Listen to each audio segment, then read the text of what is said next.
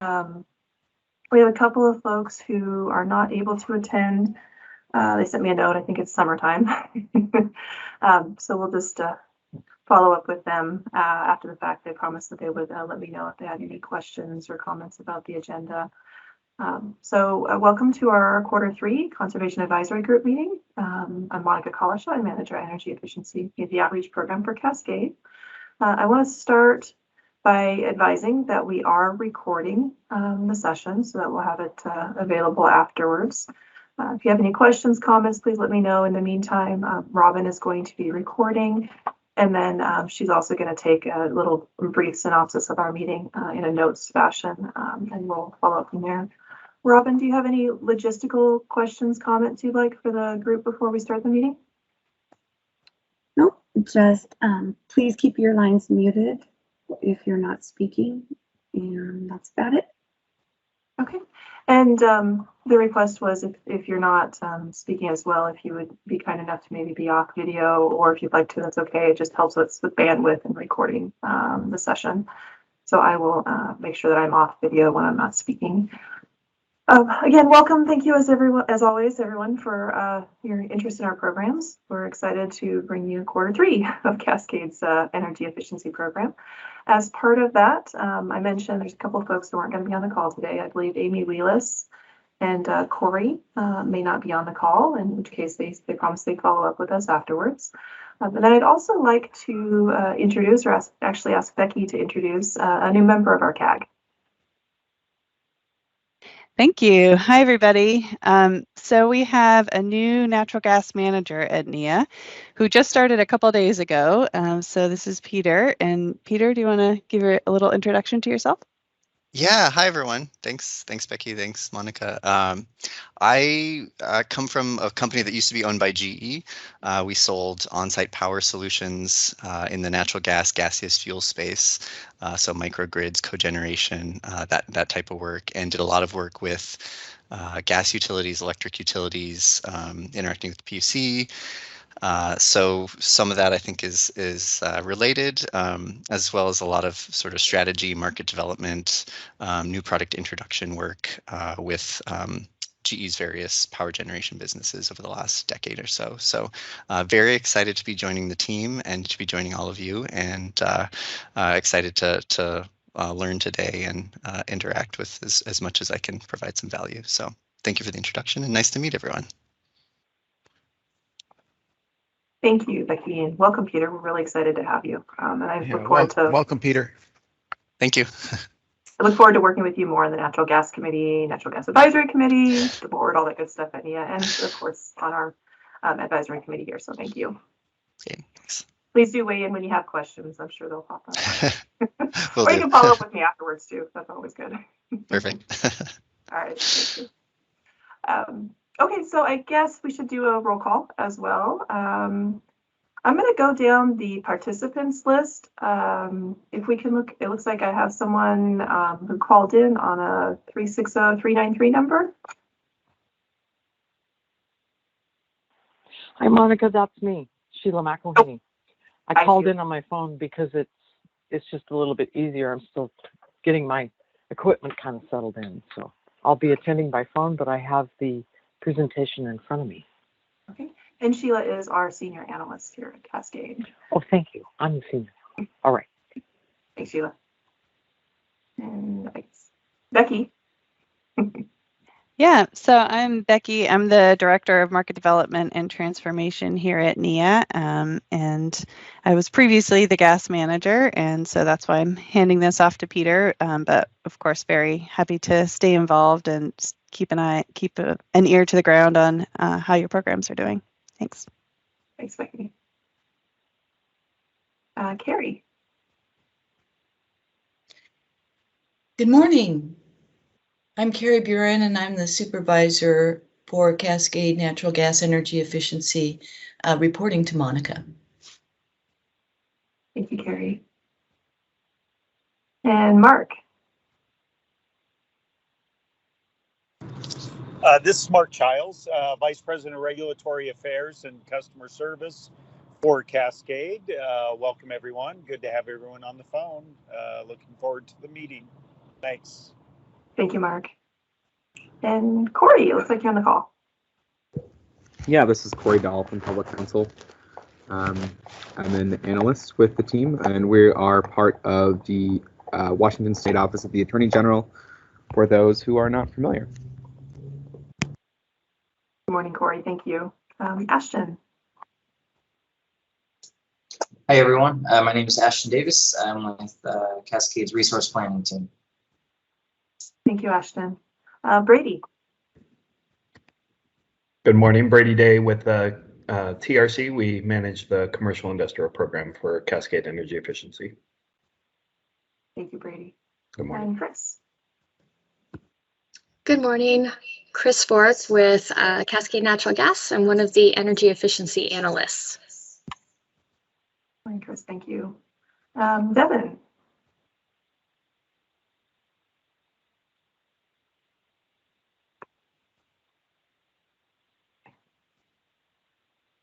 Devin is with our resource planning team. He works with Ashton. So, not sure if he's on mute right now. Okay. Taylor. Good morning, Taylor Mead. I do outreach and support specialist for Cascade Natural Gas. Thank you, Taylor. Jocelyn. Good morning. My name is Jocelyn Moore. I'm an energy efficiency support specialist for Cascade Natural Gas. Thank you, Jocelyn. Mike. Morning, everyone. Mike Parvinen, Director of Regulatory Affairs with Cascade. Thank you, Mike. Andrew. Hi, Andrew Rector, Washington UTC, Conservation and Energy Planning Regulatory Staff. Thank you, Andrew. And Brian. Hey, this is Brian Robertson, Supervisor of Resource Planning here at Cascade. Thank you, Brian. And Sean? Good morning, everyone. Sean Collins here, Director of the Energy Project. Morning, Sean. And then Alan. Good morning, Alan Spector, Energy Efficiency Policy Manager for Cascade. Thanks, Alan. John? Hey, all. Good morning. I'm an energy efficiency analyst for Cascade Natural Gas, and I also am the boiler program coordinator. Thanks, John. And Robin, I think we spoke to you briefly, but if you want to introduce yourself as well. Sure. Good morning, Robin White. I am the EE Operations Support Specialist. Just going to help out the program anywhere there's need. Thanks, Robin. Okay, I think I got everybody there. Thank you again for joining us. I'm going to go ahead and jump into our agenda. Everybody should have a copy of it. I think I'm also sharing it on the screen. Please let me know if you're not seeing it. We have a link if you guys are interested in looking at the video from our last meeting. Thank you again to Robin for getting those online. That's available through your agenda. You can click on it. She's even got the synopsis of what the meeting, what we talked to on the meeting and a timestamp. So if you want to fast forward to a location within the meeting last time around, you can sure do that if you've got a specific interest point. I will briefly share, hopefully, the synopsis right now. In the last meeting, we can review it real quick. See if there's any questions right off the bat. So bear with me as I switch over from the agenda to our meeting minutes from last time. All right. Are you seeing that? Yep. Yes.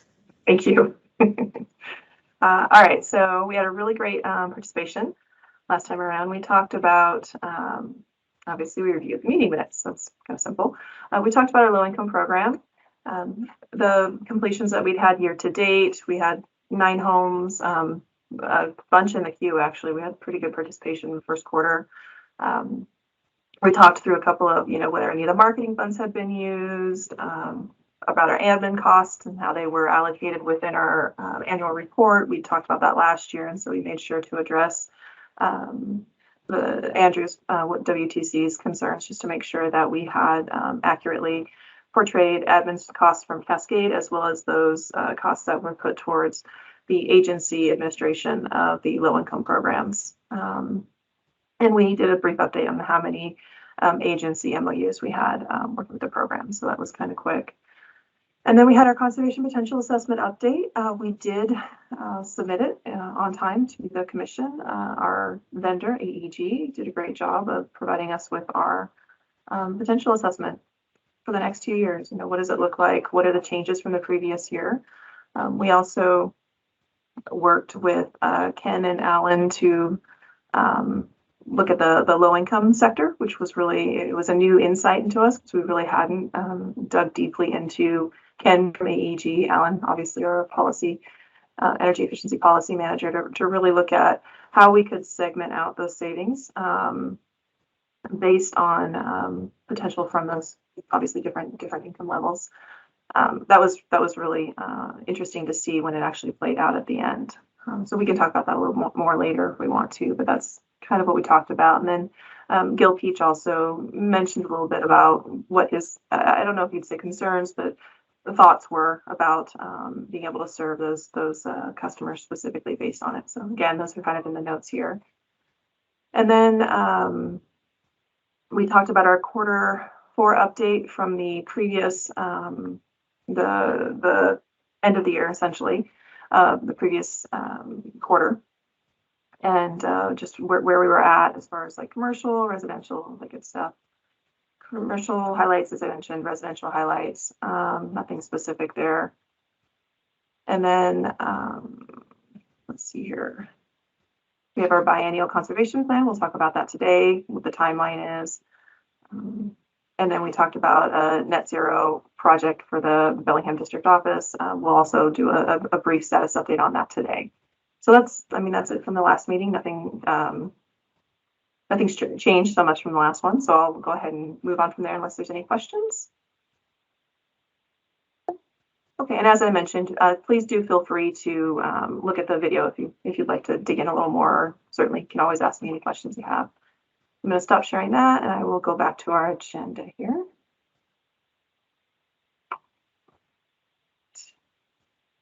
You should be seeing the agenda. Please let me know if you're not. We can see it. All right, thank you, Gary. Perfect, thanks, Andrew. Alan, would you like to speak to the low-income weatherization program? Sure.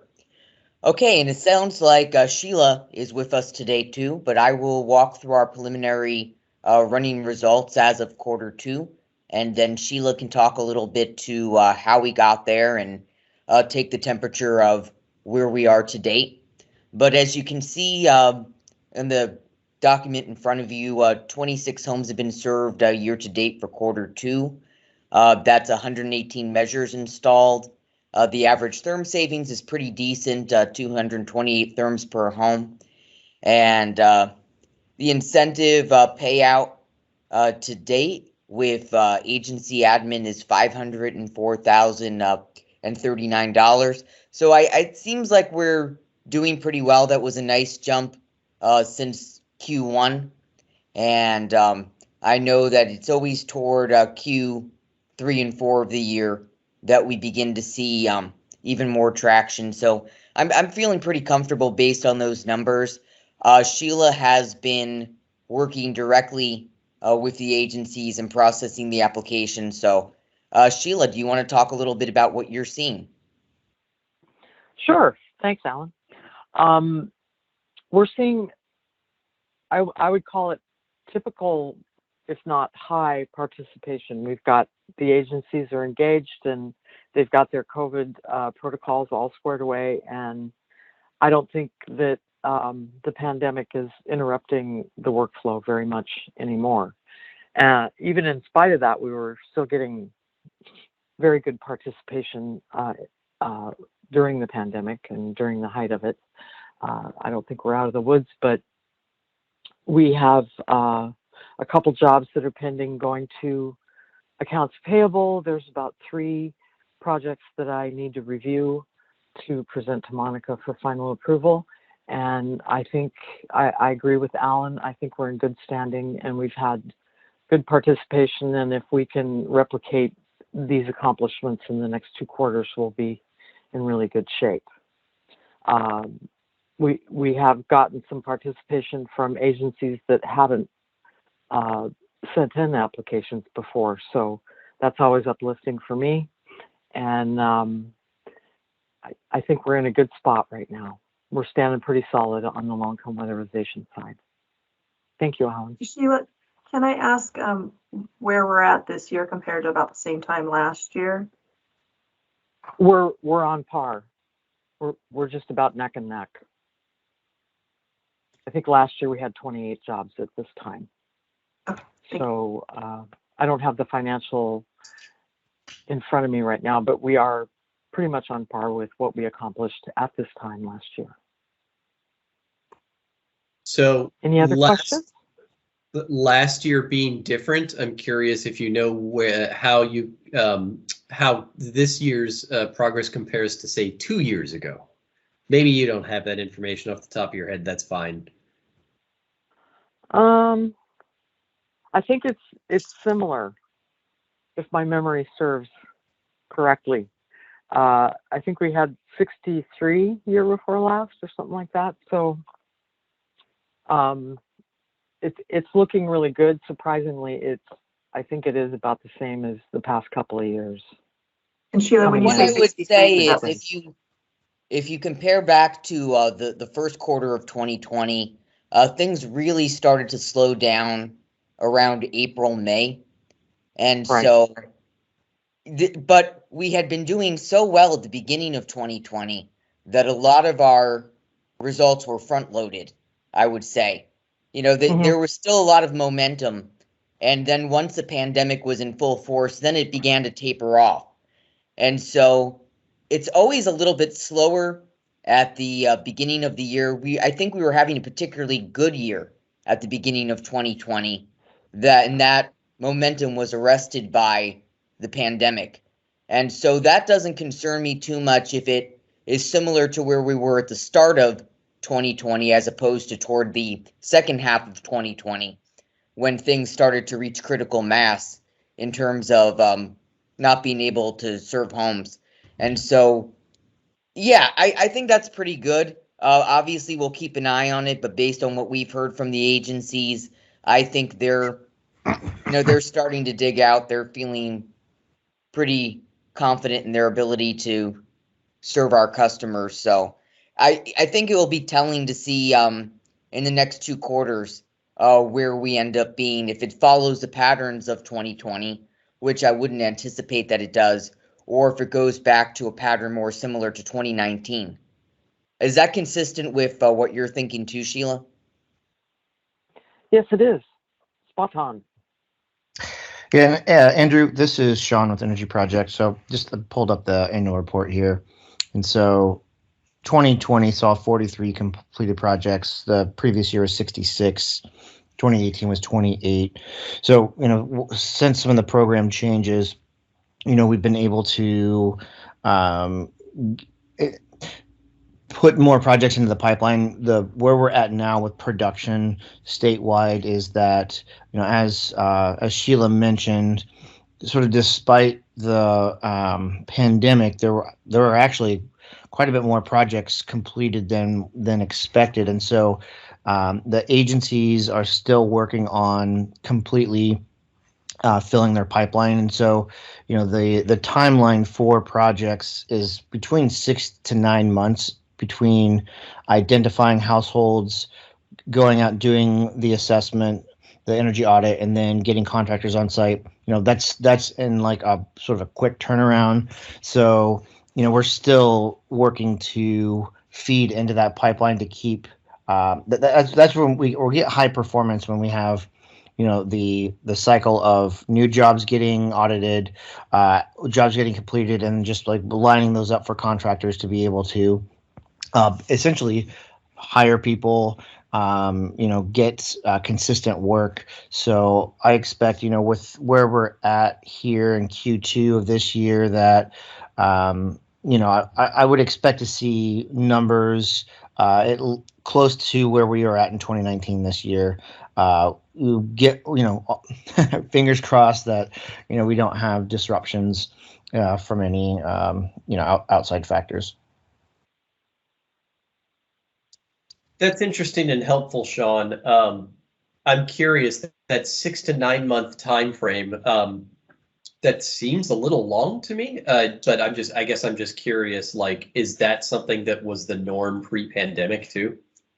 Yeah, I mean, have you tried to get a contractor out on site recently to get any work done? I mean, you're probably looking at a year, honestly, for any major work. So the 6 to 9 months is on, I think, the short end of getting any construction work done these days. And so there's also the process of we having current jobs where workers are on site and then getting the next one set up and then getting those scheduled. So I think that's pretty typical in the industry, and any major jobs, electrical or otherwise. I mean, you could be looking at a full year before you get somebody out, potentially. It's just that's just the nature of the industry at the moment. Okay.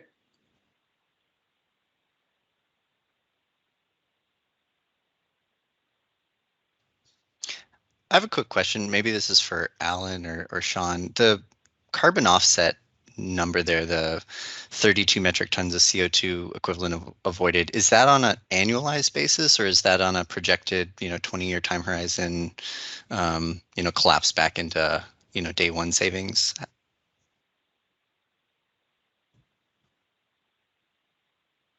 I was on mute.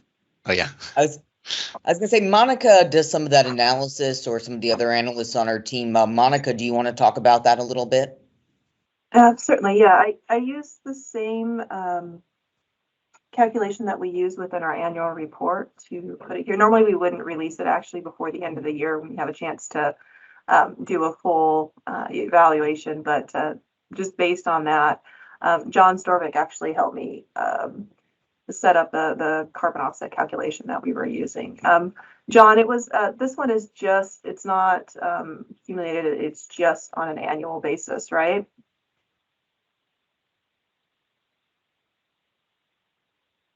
For the low income, that should just be a annual, not cumulative. Yeah, this one's annual. Okay. Great. So Thank you. when we look at it next year into the actual annual report, we'll make sure that it does mimic the rest of the annual report, so it could be accumulated at that point. Please break it out to that level. Yeah, thank you. Perfect. No, thank you. That's helpful. Any other low-income questions, comments on the program to date for the year?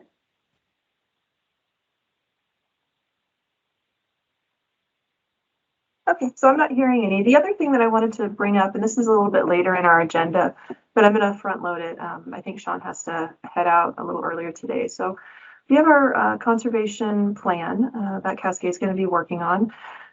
We can talk about a little bit more of like updates and tariff updates and all that a little bit later in the agenda. But to the plan itself, I wanted to ask Sean specifically, is there anything that you would like Cascade to specifically consider as we look towards not just the next year, but the next 2 years? This is going to be our first biennial conservation plan.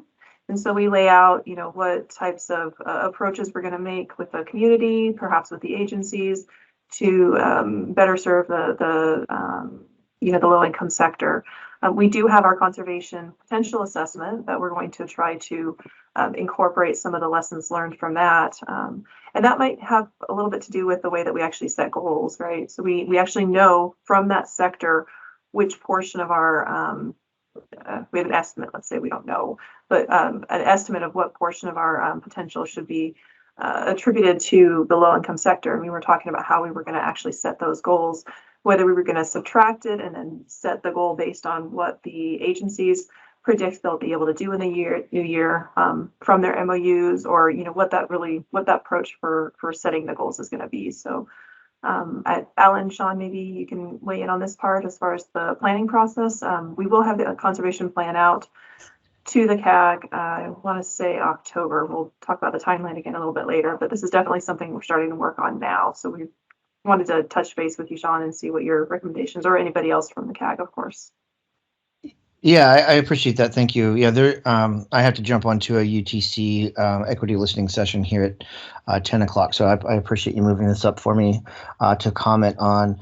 And I guess one thought I have here is it'd be nice to get agencies together on a virtual level for the annual kind of annual check-in to help inform this. I think, when I looked at projected numbers that were in the 2020 annual report for this year, I thought they were pretty low. And so, given where we're at in production, I would think that what could be delivered given program design and where we're at would be more substantial than what was projected for this year. I think there was probably some conservative elements to that, and so I guess I would recommend, prior to finalizing this, if we could get a virtual agency and company meeting together and have this be one of the items to discuss in terms of a biennial projection, that might be helpful for just informing, the agencies in terms of the companies thinking of how they're looking out at the future, and then might spawn some interesting conversations about the needs or what could change or anything. But I don't have any immediate suggestions right now.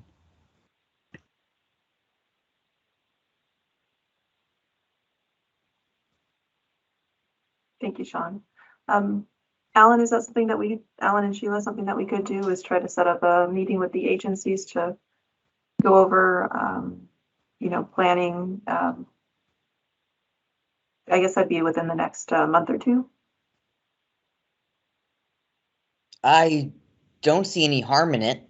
I mean, we usually have our annual formal meeting with the agencies, but yeah, we can probably get something at the very least video like this discussion, and put together an agenda. Yeah, I'll talk with Sheila about it, and we'll figure out the best format for that. But even if we just want to we'll want to think about it, maybe a call down of the agencies, or if we want to do a more formalized meeting. But yeah, maybe Sean, we can work with you too and think about what we might want to cover. Offline about it. Just I think that could be helpful, just because I think the program's in good shape. I just thought that trying to get a better understanding of the projections, they just seemed a little bit low. So I just want to make sure that we get an accurate biennial projection for this based on where we're at currently, and where we're expecting to be, by the end of this year, et cetera. So yeah, let's follow up online. Yeah. I think that'd be helpful. Yeah, I think that makes sense. I mean, I can feel for the agencies. I think I would be reticent too to highball my projections, even if I was feeling confident.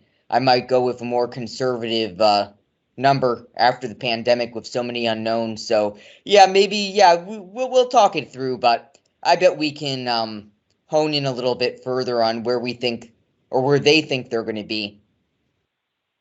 Yep, sounds good. So that's a to-do then, Robin, please, for Alan to follow up with Sean and Sheila on next steps on helping set the projections for the new year. Please do keep in mind the timeline. So we are working on the conservation plan. We do the majority of the work probably in August.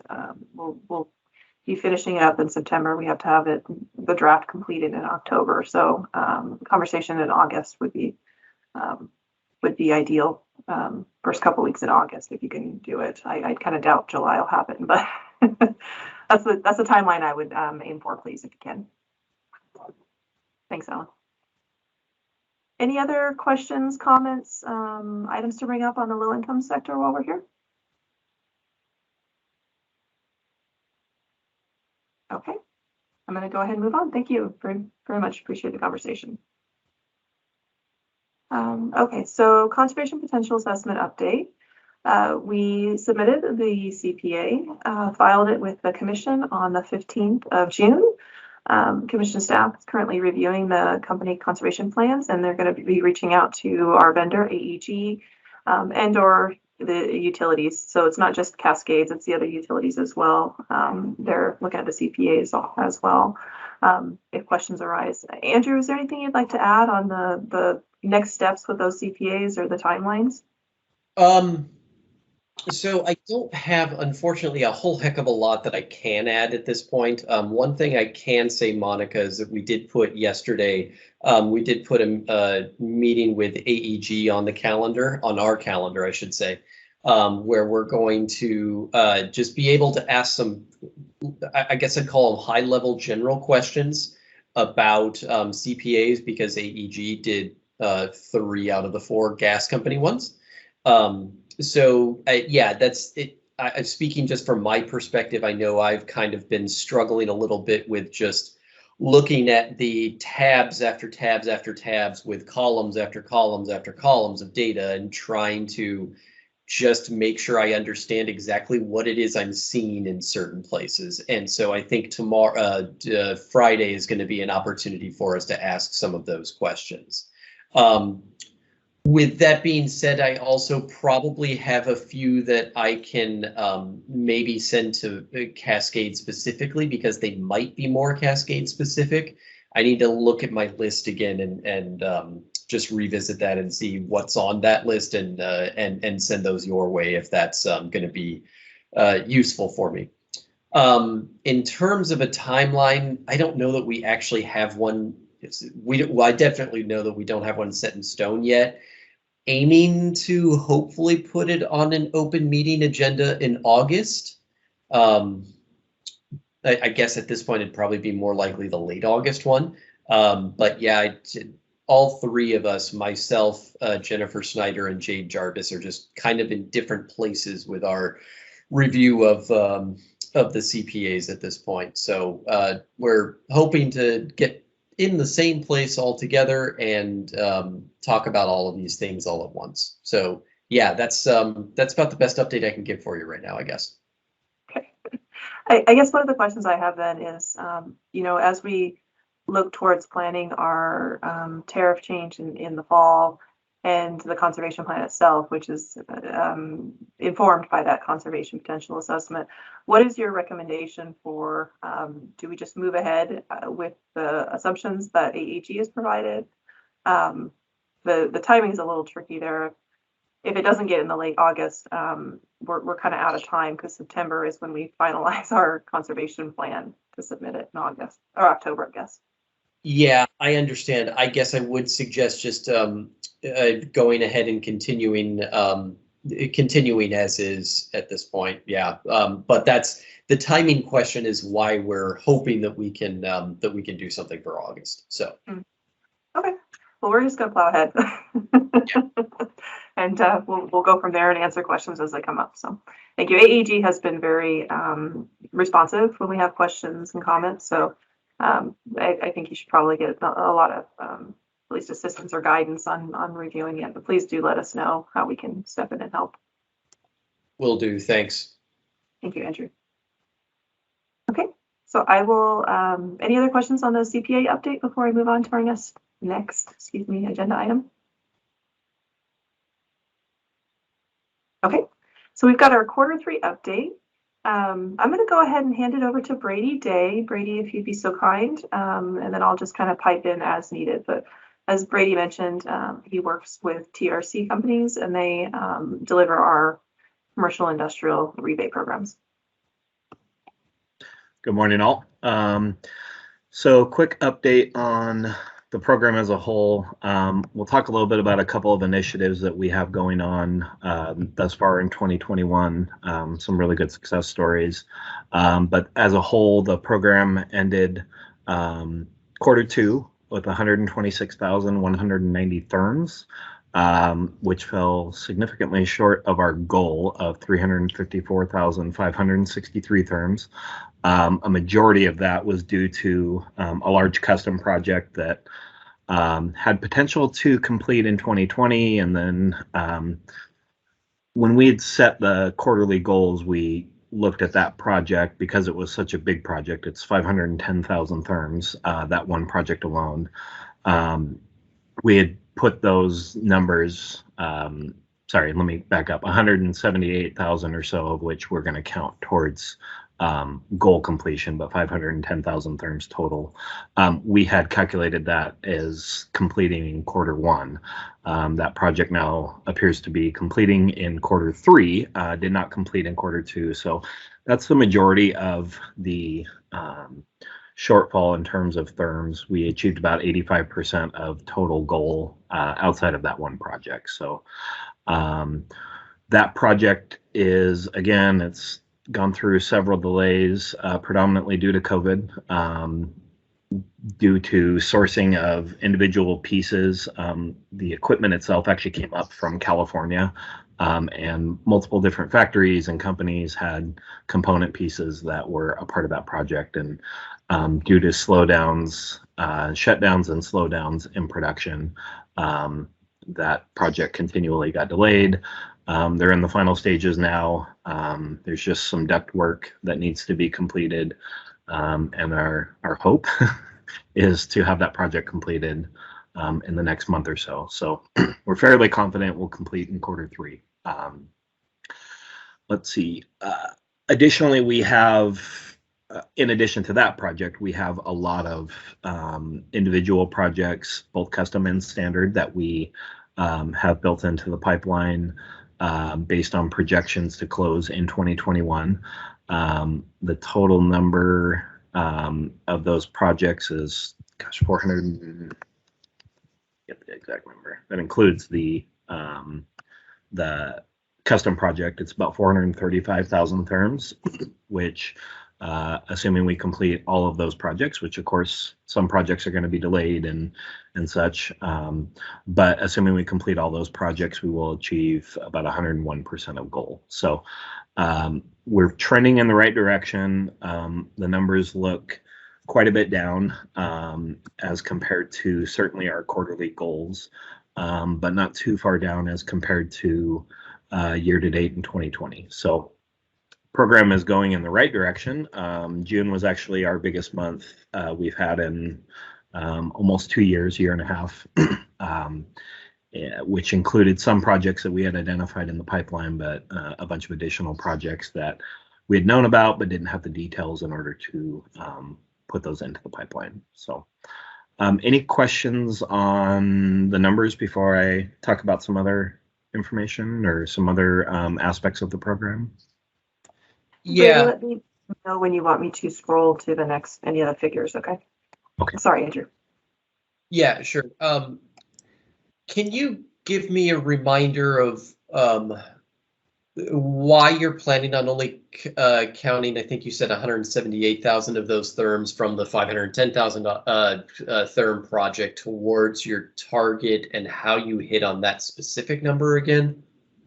Yeah, and Monica can chime in as well. The big thing was we didn't want to sit back and just, that project alone is a little under 90% of our entire goal for the year. So the idea was count some of those therms in terms of our internal goal, count some of those therms towards the 2021 goal, but make sure that we continue outreach and continue to grow the program throughout 2021, and not just completely blow out the number because we knew we had that project in the bag. So, and Monica, you might want to add some additional flavor to that. Sure, thank you, Brady. Brady's 100% correct. So, I mean, when we get this large oxidizer project, it will essentially meet the goal for what's been set through the conservation potential assessment, the previous one. Having said that, we didn't want to say, okay, we're done for the year. It's one project, and we really have built our programs in the last couple of years on the sustained approach to, really looking at those prescriptive project offerings, having the custom, added in, but not depending on the custom savings to meet our goals for the year. So that's part of it. The other is the way that we contract specifically with TRC, it's pay for performance, that kind of thing. And so we wanted to make sure that the performance continues and that we build up momentum for next year, because the next year's goals are large too, right? So we don't want to say, okay, we've met it, we're done. but not have the process in place to be able to meet ever increasing goals. So that's really the driver behind it is, yes, once we do get that project in place, we will have essentially met the conservation potential assessment goal for the year. But we wanted to make sure that we were positioned to meet next year's goal. And the next year, you can't just look at this year. We have to look forward thinking and how we're building the program up to get to these step increases that the CPA has essentially set out for us. So that's the impetus behind it. And TRC has always been diligent to continue to drive for these savings. And so we wanted to make sure to help them be successful in that as well, looking towards the future, as well as this year, of course. And last year we didn't achieve goal.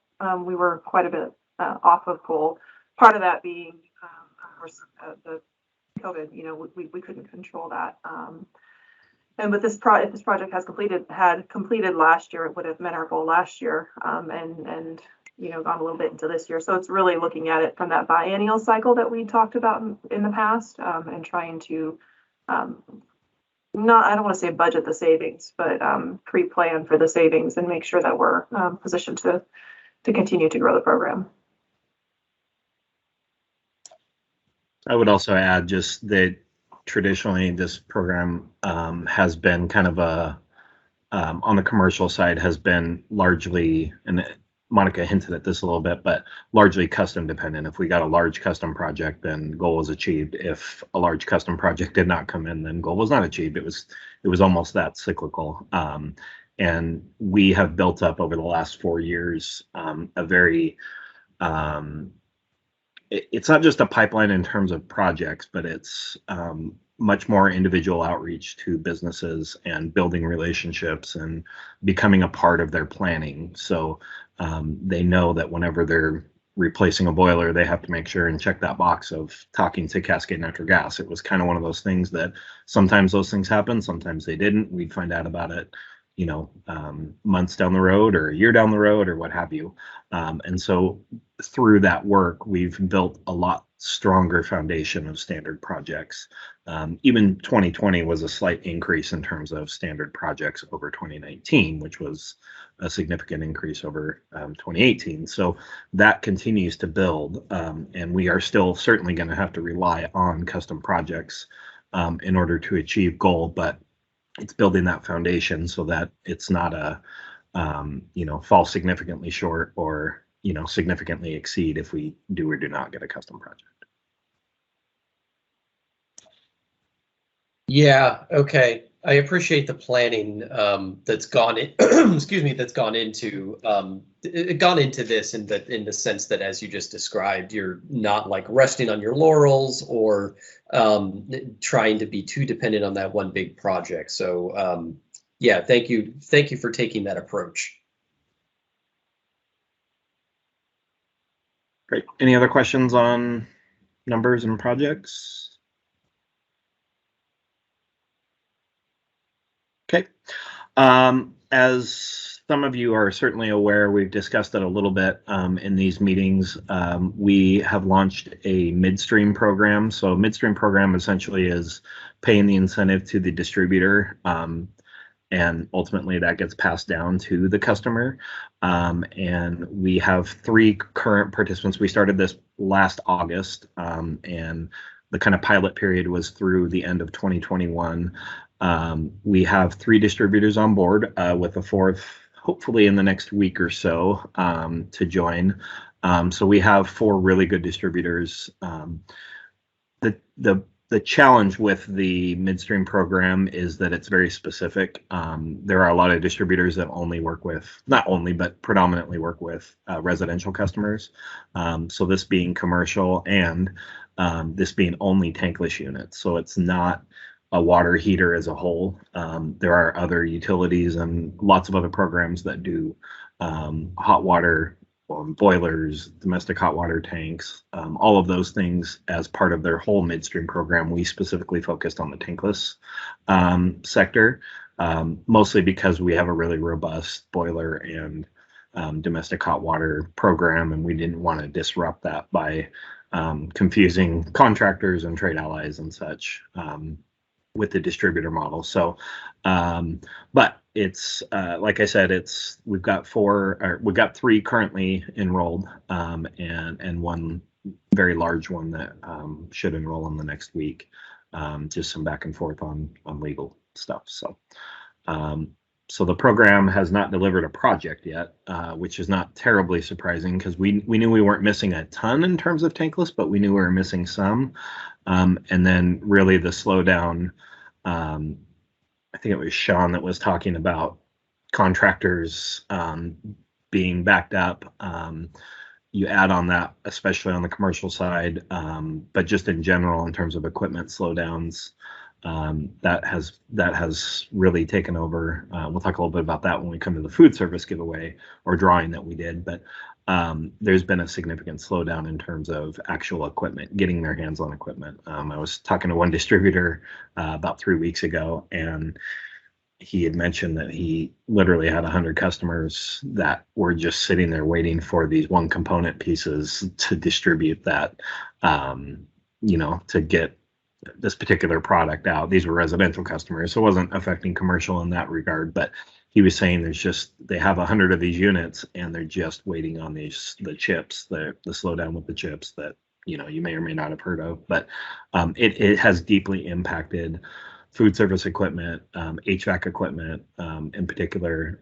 There's another decent sized project that we're looking to do in Longview, and the customer reached out to a trade ally. I think it was 3 months ago, and they said, yeah, we're not going to be getting insulation until at least the beginning of 2022. So there's just a material slowdown right now. Could potentially impact some of these projects, and certainly I think we've seen that recently on the midstream side. So Becky and Andrew, you had a question. I think I saw your hand first, Becky.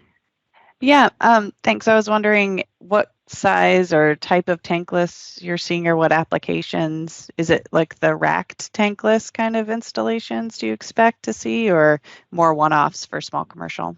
Yeah, the majority of the projects that we incentivize are one-offs, some large and small. We've had 1.5 million BTU units that have gone in, hotels, that kind of thing, where it's not a racked unit, multiple tankless units, it's just one. But the majority of the projects that we do see on that side, or on the commercial side, are smaller tankless units, just in terms of sheer numbers. So. Cool, thank you. Yeah. Andrew? So this is going to be a question that I don't know if anybody can actually answer, but I do, as you've really just kind of highlighted here, Brady, I do these days constantly hear about supply chain issues, and the types of equipment slowdowns that you were just talking about. I'm just kind of curious, does anybody have any good estimate on when these types of problems will stop being problems? I've heard August from several contractors. I don't know if that's hopeful or realistic, but going back to, I think it was the first week of May that I talked to a contractor, and at that time they were saying August, but I've heard consistently August. It hasn't continued to get pushed out like I kind of expected. So that's more anecdotal than, Sure. Yeah, I don't know if there's, any sort of industry analysis or really just like a high level analysis out there of somebody who has written about this. Like, oh, here's why we're having supply chain issues and when we can start expecting them to end. Yeah. But anyway. Has anybody else heard anything? Because I know that this is affecting, again, Sean mentioned it earlier in terms of getting contractors out and actually doing work, but has anybody heard anything specific to the supply chain and actual equipment? No, and from our retail work, demand has remained high. We were kind of expecting maybe demand would slow down, but demand's remained high. So I think the supply issues will just continue. Yeah, I don't think it's not caught up yet. No, I think you're right. Great. Okay. So I'll push off the strategic energy management towards the end, just to kind of continue to talk through a couple of other initiatives that we have going. We did a commercial food service drawing for one in each zone, and this was specific to a fryer. though obviously customers had the option if they had just recently purchased a fryer or were not in need of a fryer to use that towards a credit towards another piece of food service equipment. But we identified largely restaurants, senior living centers, customers under 50,000 square feet, but customers who, have been most deeply impacted by the pandemic to enter a drawing for a piece of equipment that we would be able to incentivize. That had to be energy efficiency and all of that, but that Cascade would actually foot the bill.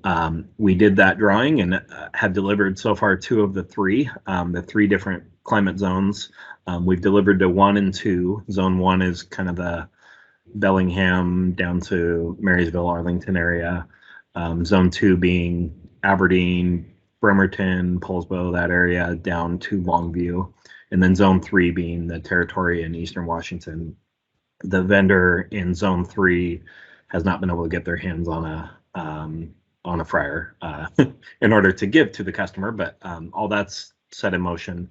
They were one of the first people I spoke to back in May when we did this drawing, who said that they were hoping for August, and at this point that's still their hope. I just spoke with them last week. So 2 of the 3 have been delivered. It was very successful, very excited customers, and yeah, just a neat promotion that Cascade agreed to. And again, kind of that adaptive management, kind of thinking outside the box of a way to assist customers and also provide, something that helps the program.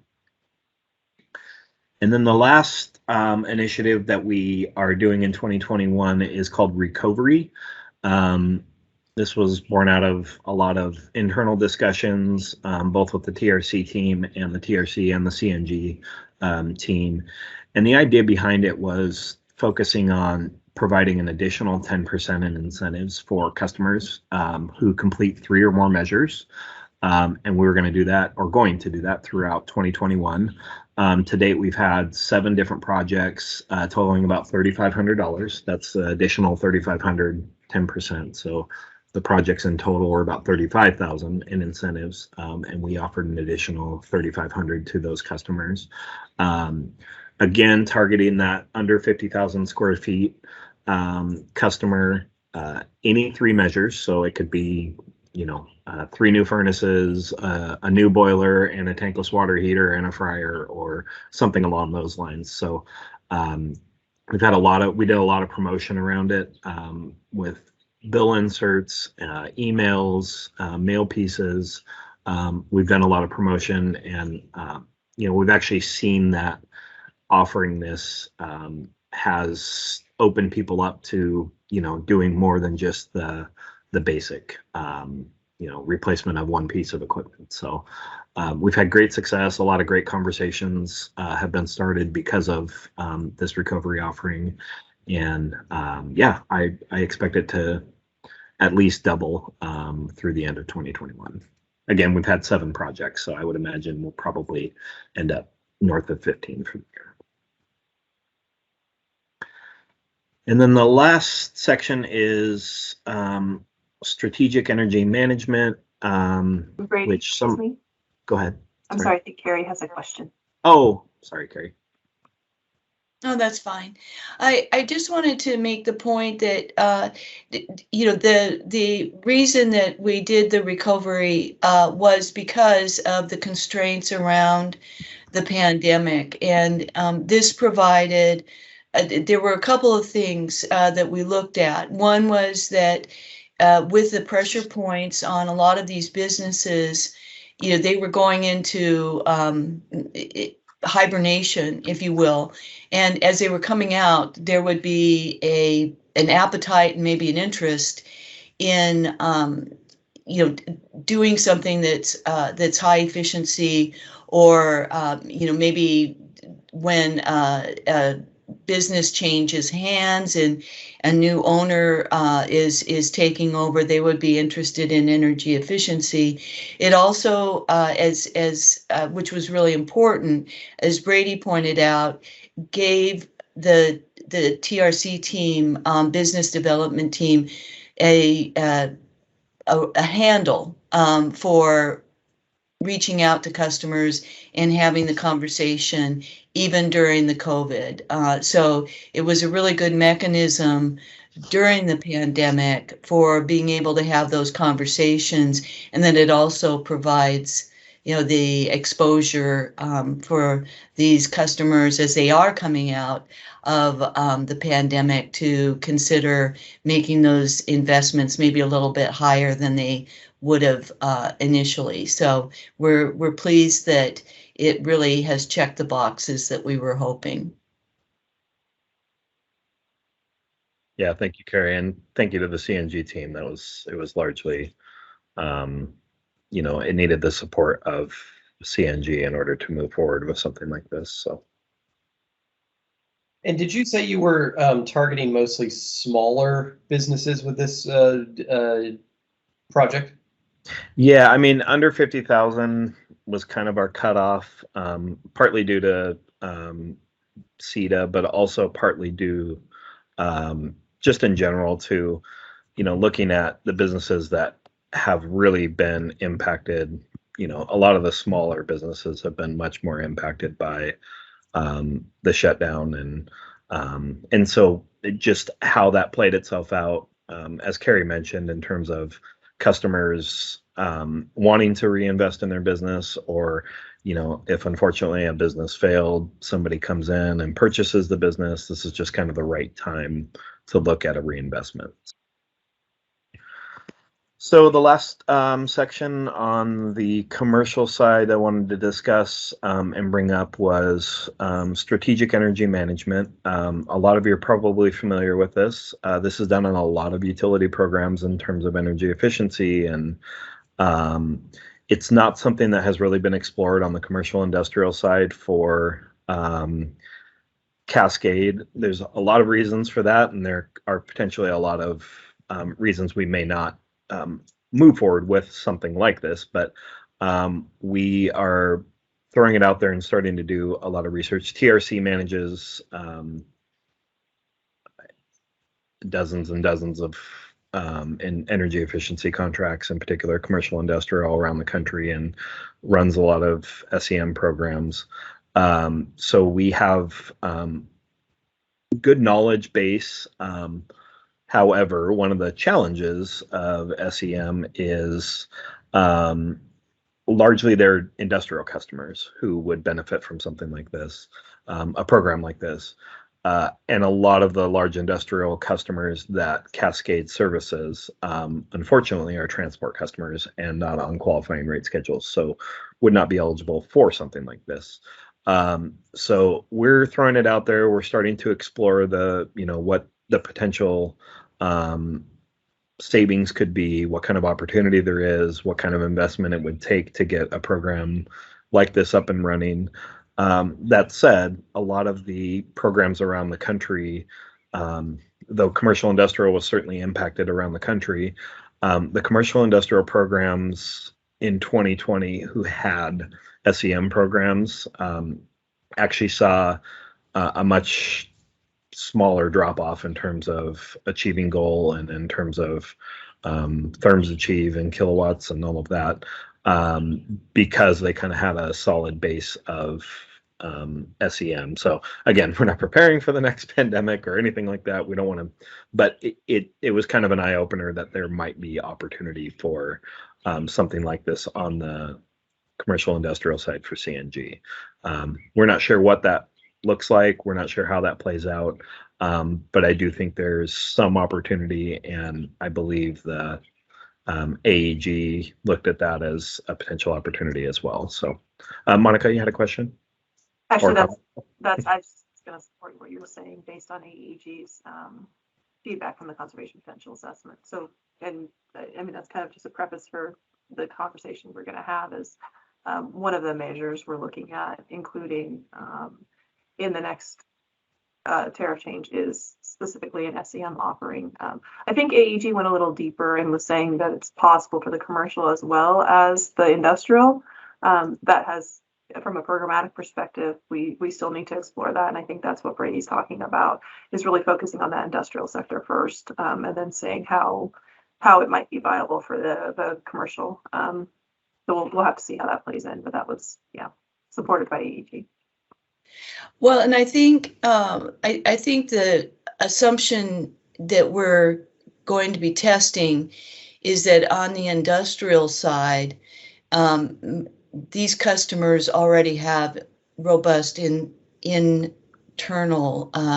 SEMs. I mean, that's part of the cost of doing business. So understanding, where, if there's a gap there that we can fill or not, is going to be part of the work. Yeah, I would just add, commercial is certainly viable for SEM. It just, the challenge is that the amount of investment and time and training and education and all of that you put in, the savings are pretty small. And so with larger, that's the reason generally the SEM programs are most beneficial to larger industrial users, simply because of that.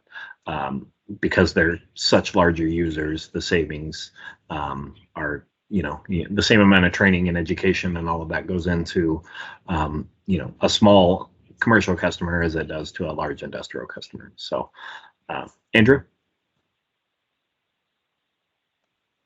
So, thanks for, kind of starting to have this conversation about this particular measure.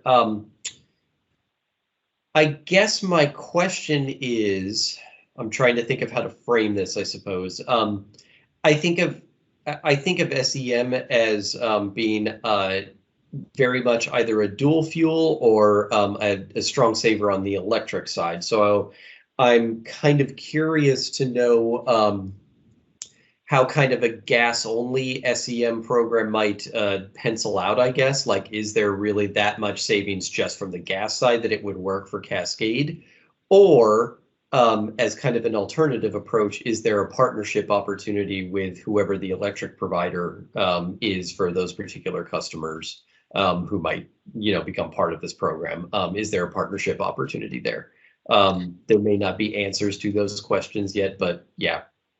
Yeah, no, I actually have decent answers. I've talked to PSE quite a bit throughout this process and learned a lot from what they're doing on the SEM side. And yeah, you're right. There is definitely more savings opportunity on the electric side than there is the gas side. But it's not nothing on the gas side. And again, these kind of cohorts that they put together of businesses and different industries that all kind of have similar missions. PSE has been doing that and largely successful. And there is a lot of crossover in terms of PSE electric customers and CNG gas customers. That would largely be the that kind of, well, it would be zone one, essentially the entirety of zone one, or most of the entirety of zone one, with the exception of Snowpud up in very northern Snohomish County. And then over on the peninsula for like Bremerton and Poulsbo, that portion of zone two would be considered PSE. So there is some crossover. We've already had a lot of discussion, I have with PSE. There's a lot of interest in working together on this, and we're doing that. We don't know what it looks like from our end in terms of, how all in would we go on the commercial industrial side. Could we dabble? Or it seems to me from most of the conversations I've had, it's kind of I won't say all or nothing, but most or nothing. There's not really a way to just kind of dip your toe in the water on this because of the amount of training and education and support that you need to run a good SEM program. So I think that answers a little bit of your question. We have not had a lot of discussion, Andrew, with other utilities. Well, we haven't had any discussion with other utilities on this. Some of the larger utilities in Zone 3 over in Eastern Washington. A lot of the utilities in Zone 3 in Eastern Washington are smaller utilities outside of Pacific Power. I do have relationships with some folks at Pacific Power. And if we do want to move forward with something like this, I'm certain that there would be interest on their end in doing, I don't want to say a partnership, but some kind of working together to bring together customers of all sizes. Again, on the electric side, they don't have the transport issue, the way we do on the gas side. So that mitigates a little bit of their concern or risk. Yeah. Okay. That's helpful info. Thanks, Brady. Yeah. I guess the rest of the commercial side is just kind of the numbers that I already went through. So unless there are any other questions, I guess I'll hand it off to Monica to talk about residential. But you can see in the agenda a breakdown of measure type, where the majority of the therms are coming from, what the pipeline looks like, what the projections look like, how it compares to 2021. As I said, we're slightly ahead of 2020 in 2021 in terms of therms achieved, not in terms of goal. We had a 50% increase in goal this year, but we are slightly ahead in terms of therms achieved over 2020. So, and again, we saw the biggest portion of the slowdown towards the latter half of 2020. So I would expect that we will continue, not just with that large custom project, but suspect that we would continue to grow each month as we slowly start to come out. And that's largely where the bigger June number came from. Obviously the state opened up or what have you in June, or at the end of June, but it's been kind of a slow build towards that. So I would anticipate that we would have the majority of the months moving forward would be, at or near what we expect to see, even outside of that large custom project. So. Thank you, Brady. And I should apologize. It looks like the legend on the commercial industrial therms achieved fell off when I pasted it into the agenda. So sorry about that. I think I don't see the years on there. Yeah. So, okay, I'm going to go ahead and move on to residential unless we have any specific questions remaining for the commercial industrial. Just as a logistics check, I'd like to get through the residential and then take maybe a 10-minute break if everyone's okay with that. I think we've been on for a while. I think that's good.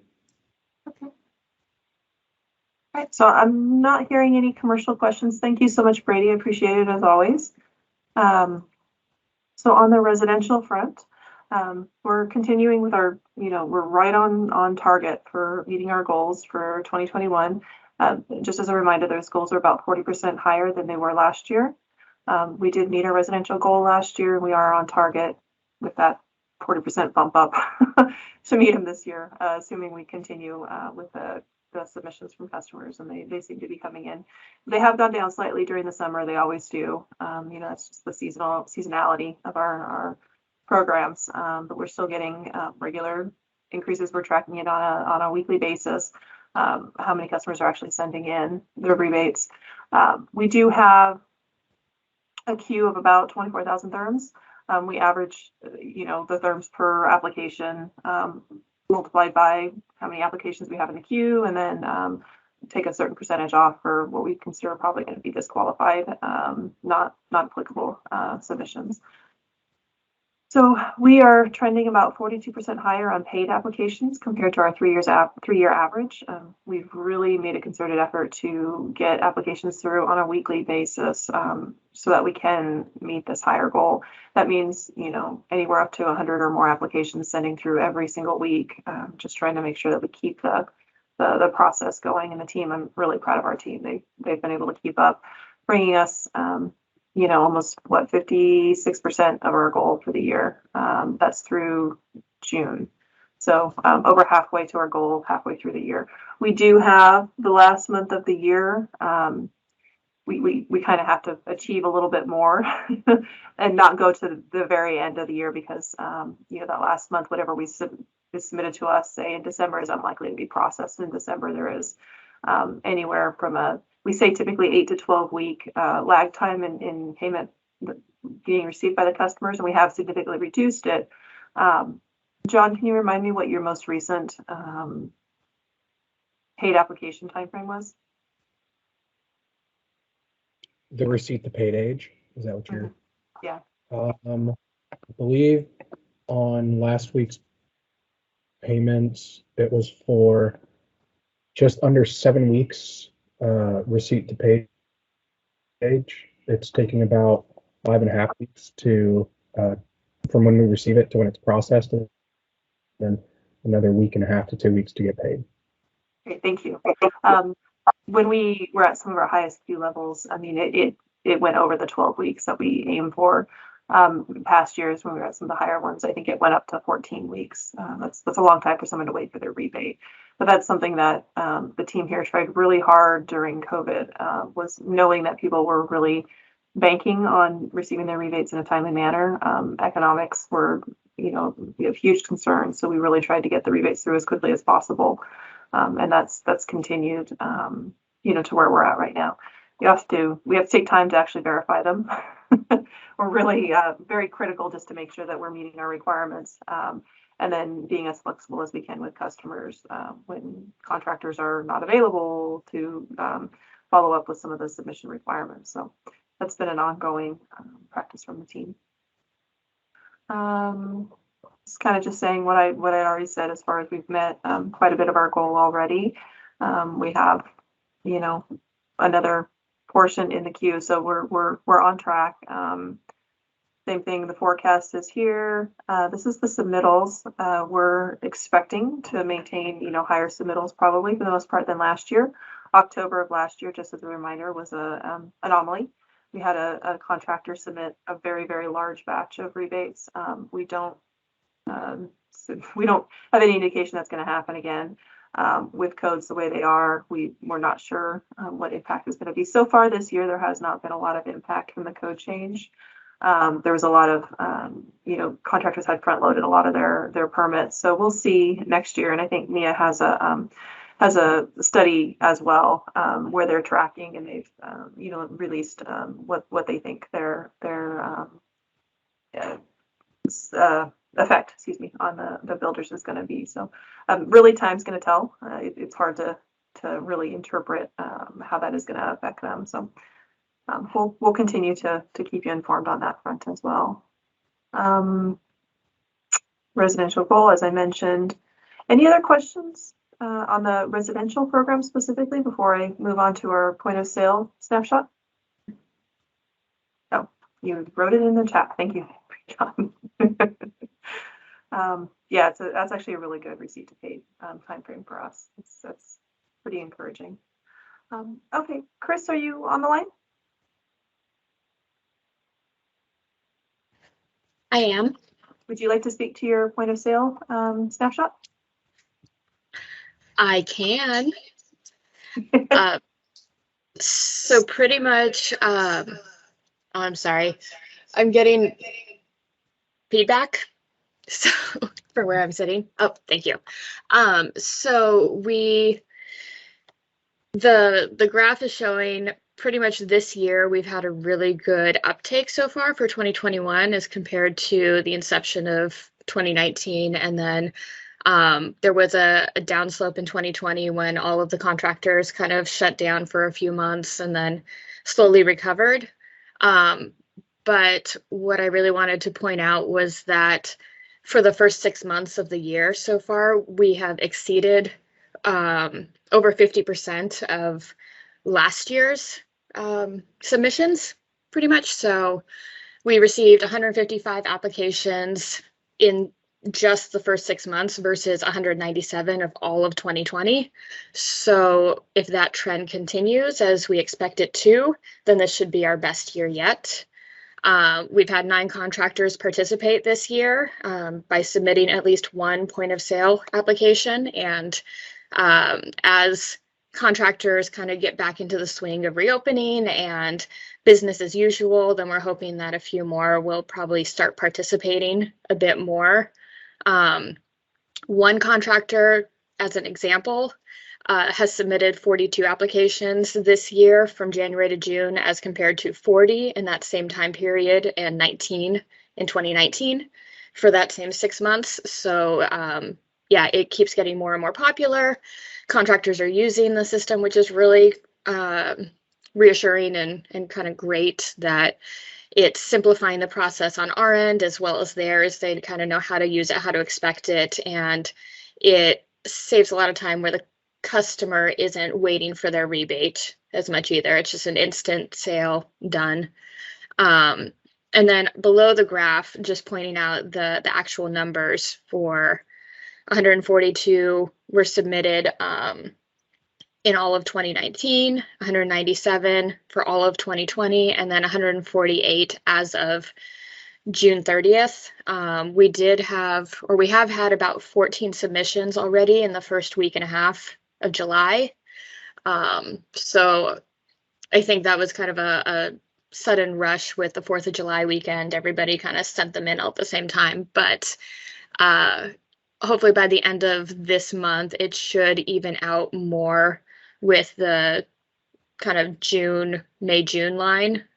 So we're expecting it to start trending up again later in the summer as the previous 2 years did. So anybody have any further questions? Chris, with these applications from the point of sale trade allies, one of the reasons, you already kind of went through the pros of using the program, but I think one of the reasons we also put it in place was to increase the quality of the applications that were submitted by the trade allies. You know, these contractors are typically the ones that are doing some of the best practices. We'd like others to represent, making sure that the insulation beginning and ending R value is always on it, square footage is always on there. And by having the contractors kind of be on the hook, for filling out that information, it makes it, the idea was that it would make it a little easier on the administrative side for us to actually process them through faster.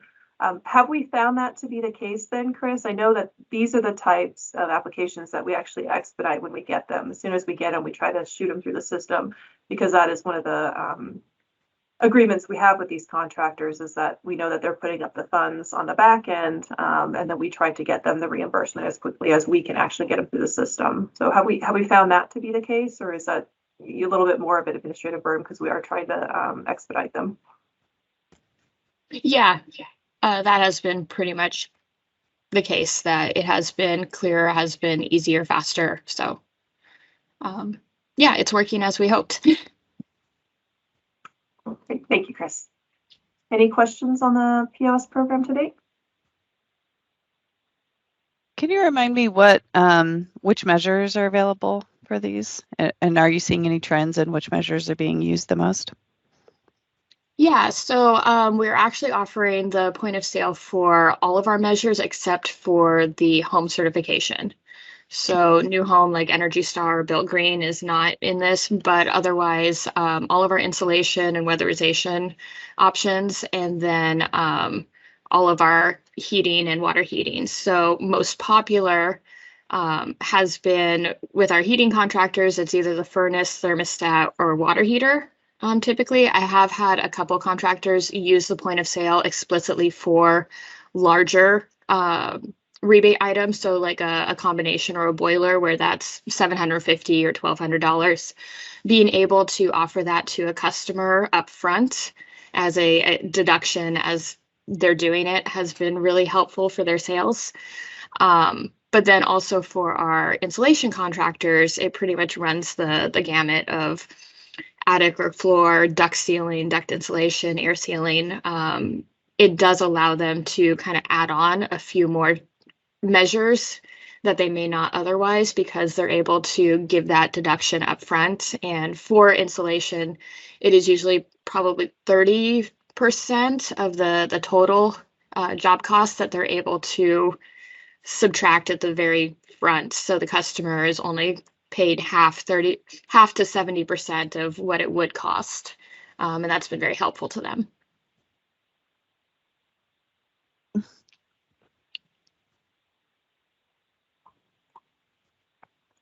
Well, thank you, Chris and Becky. Any further questions on the POS program? Okay. I'm going to go ahead and call a break here. Let's take 10 minutes. That'll put us back at 10:31. And then we will jump into our annual report update. We may, depending on how the conversation goes on the tariff update, we might get out early today. I might give you back some time this afternoon, or early, prior to afternoon.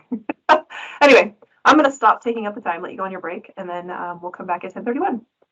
Thanks, everyone.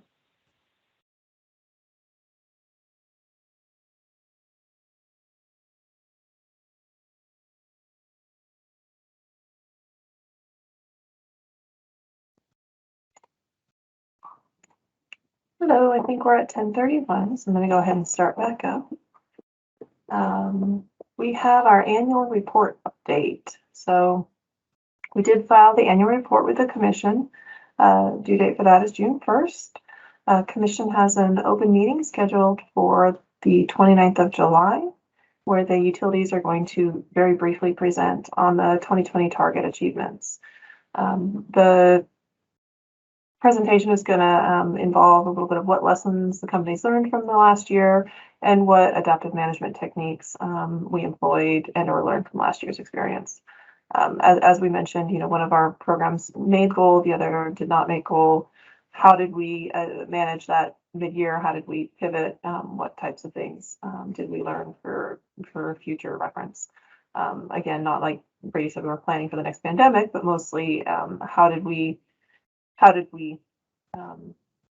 adjust our approach, whether that's marketing, whether that's, we looked at a couple of different scenarios for the commercial program. So I'll speak to that on the 29th of July.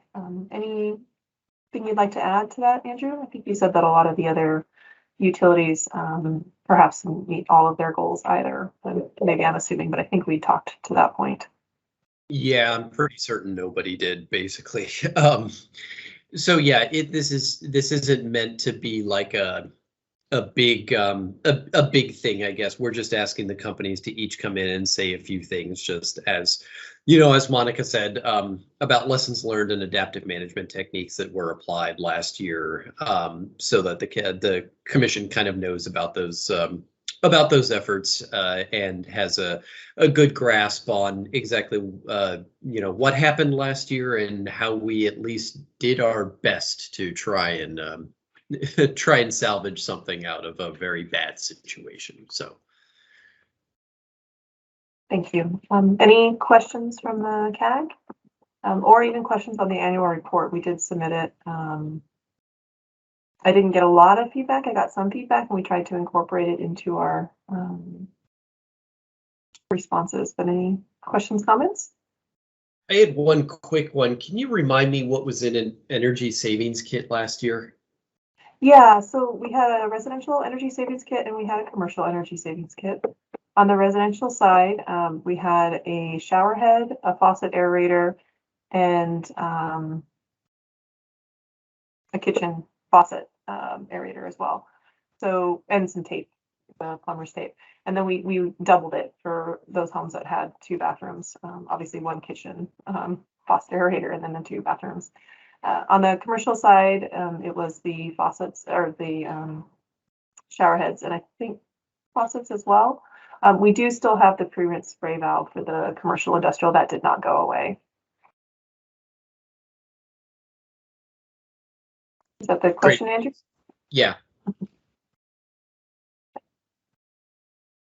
Any other questions, comments on the annual report? Okay. I'm going to move on to our biennial conservation plan then. So what you sort of see here, it's kind of small. I'm not sure if me enlarging it's going to help.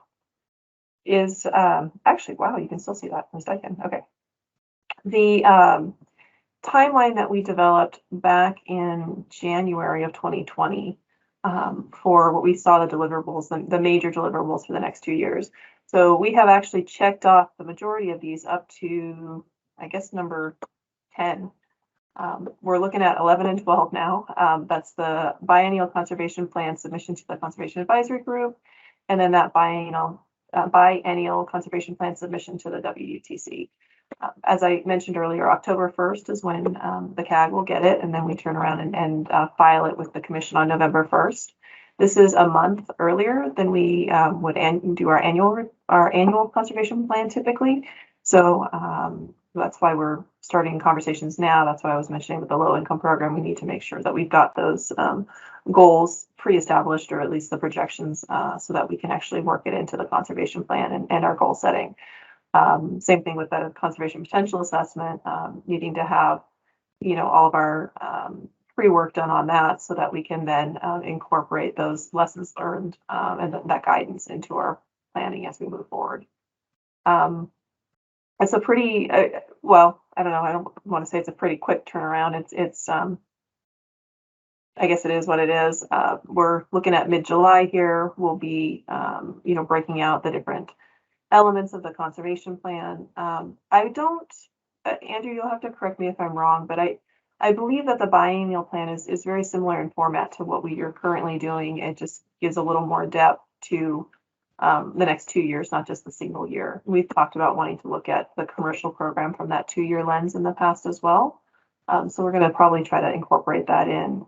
The other aspect that we were looking at, and this is kind of feeds into the next bullet further down, is the tariff change that we want to do associated with the conservation plan, and of course the conservation potential assessment. And that tariff change, as we discuss this, and I'm kind of jumping ahead so we can come back to it, but is a slightly different format for the tariff, so that it might not actually include the rebate totals, and that would reference instead to the conservation plan itself.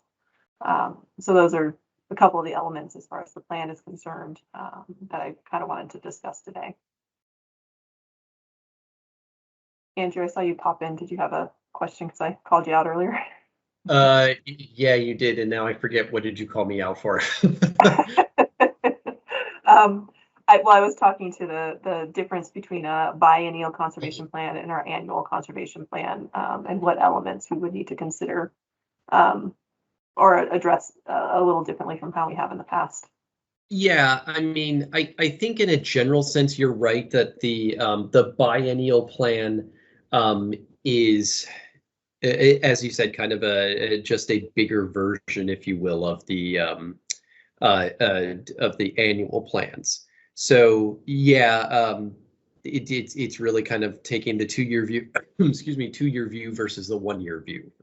So in terms of format and everything, I guess I'm thinking that it doesn't have to be significantly different from what the annual plans look like or anything. I'm just kind of thinking off the top of my head here, and this may or may not be useful, but like, yeah, definitely like think about any additional exhibits, spreadsheet calculations or anything like that that might be useful to the commission and to the CAG in terms of reviewing the plan and providing documentation on like what kind of savings you're expecting, that kind of thing. I think code's going to play a big part in it as well. Maybe not this year, but certainly down the road, 2 years, or even on that second year planning for code change. Furnaces right now, to my understanding, in 2024 are going to change their efficiencies. I want to say the base is going to be 92%, at least per AEG. And with that change, then potential pretty much drops for offering a rebate for a furnace. And when we're talking about 2-year, of course, that's not 2024, but it would be within 2023 that we would have to be planning for that change in 2024. So those are the types of things I want to make sure that we do address as we're looking at the 2-year, a little more in-depth view at that 2-year horizon. Yeah, that seems like it makes sense to me. Definitely looking as far out as reasonably possible is a good thing. So. Mm-hmm. And I think you had mentioned back, I think in 2020 when we were talking about this, but the electric utilities do an annual kind of update on it. Is that official, or is that just if they have a specific change to make, or what does that typically look like? No, it's official. I'm almost positive that it's in WAC. I don't have my WACs in front of me right now. But yeah, So all three of the electric companies, basically what they do is they'll submit a BCP. Let's just use this here as an example. They'll submit a BCP on November 1st. In 2022, then they'd submit an annual plan for 2023 that kind of updates incorporates whatever results have happened so far in 2022, and outlines whatever plans, including changes in plans, are necessary to reach that biennial goal in the second year of the biennium. That's at least how we have traditionally done it. I can't remember now off the top of my head if with the new CETA rules that got established at the end of last year, if that's changing or not a little bit. They might be. But yeah, that traditionally, at least that's how we've done it. So. Okay. And I mean, is it verbatim the same language for what the gas is expected to do right now, or is that still a little bit up in the air? I'm not quite sure how to interpret. Okay. I mean, my suggestion to you at this point would be focus on the BCP for now, and we'll cross the ACP bridge when we come to it. I mean, I think that we are still planning on doing a gas conservation rulemaking. I don't know when it's going to happen. I think we were kind of planning on having it already in effect by now, or at least started or something, and that just kind of hasn't happened. But yeah, I think it is still on the agenda. It's just like, when are we going to get to it, and exactly what is going to be included in it? And that's, yeah, those are things I can't quite answer right now. So. Okay. Well, we'll take it one day at a time then. We'll work on the biennial for now. Yeah, like I said. Work on the biennial, we'll worry about the annual in a year. Oh, I got to look ahead. I'm always looking ahead at what my next deliverable is. But I hear you. I will try to be flexible on that route. Thank you. Okay, so I'm going to scroll down here. We talked about the timeline. So incorporation of the conservation potential updates. The following were identified through the CPA process as measures that could either be added to the portfolio because of improved cost effectiveness, availability, or they're going to require potential reductions or removal later this year from our program. Of course, please keep in mind when we look at program cost effectiveness, some of the measures, it's a portfolio level. It's not just at the individual measures. So some of the measures we run at a 0.9 UCT so that we can actually keep them, whether that's, per climate zone, maybe 2 climate zones that are really cost effective, and one of them they're not quite so much, but from an administrative perspective and equity, we try to not permit, but provide them to all of our residential customers.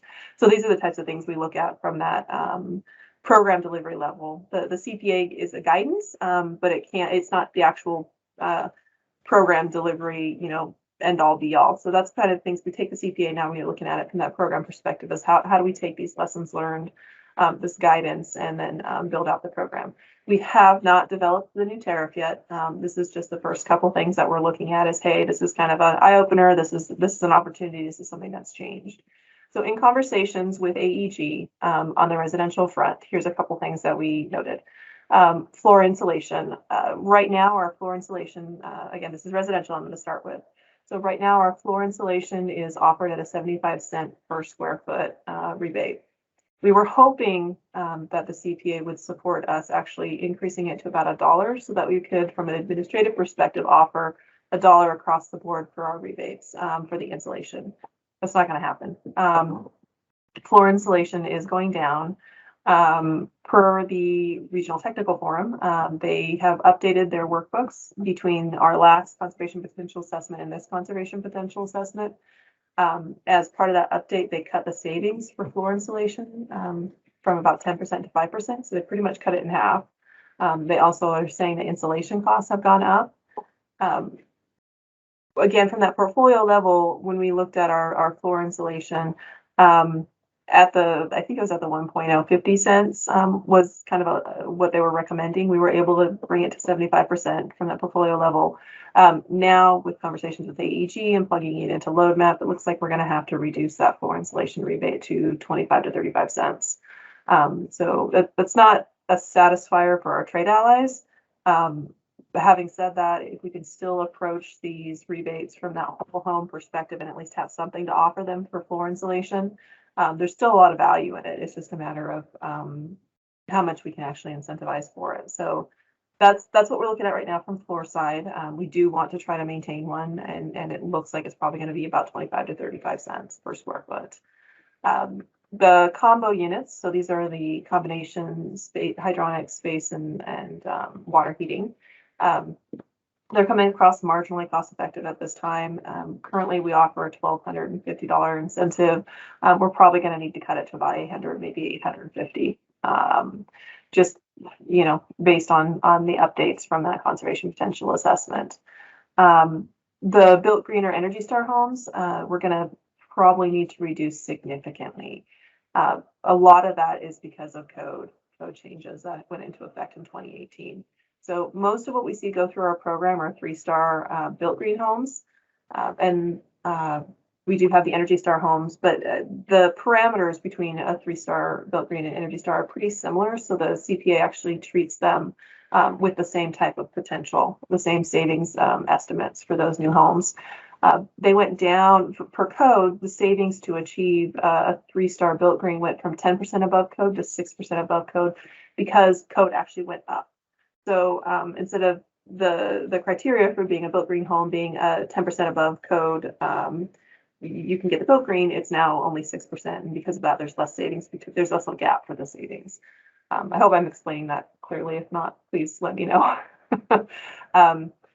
Right now, we're looking at it's fairly low on our current cost effectiveness. The costs per home are down a little bit, and the lifetime has actually increased. So we would have hoped that that would offset some of the difference from the energy code, but really we're probably going to have to see about an 85% decrease in the rebate that we're offering to our customers.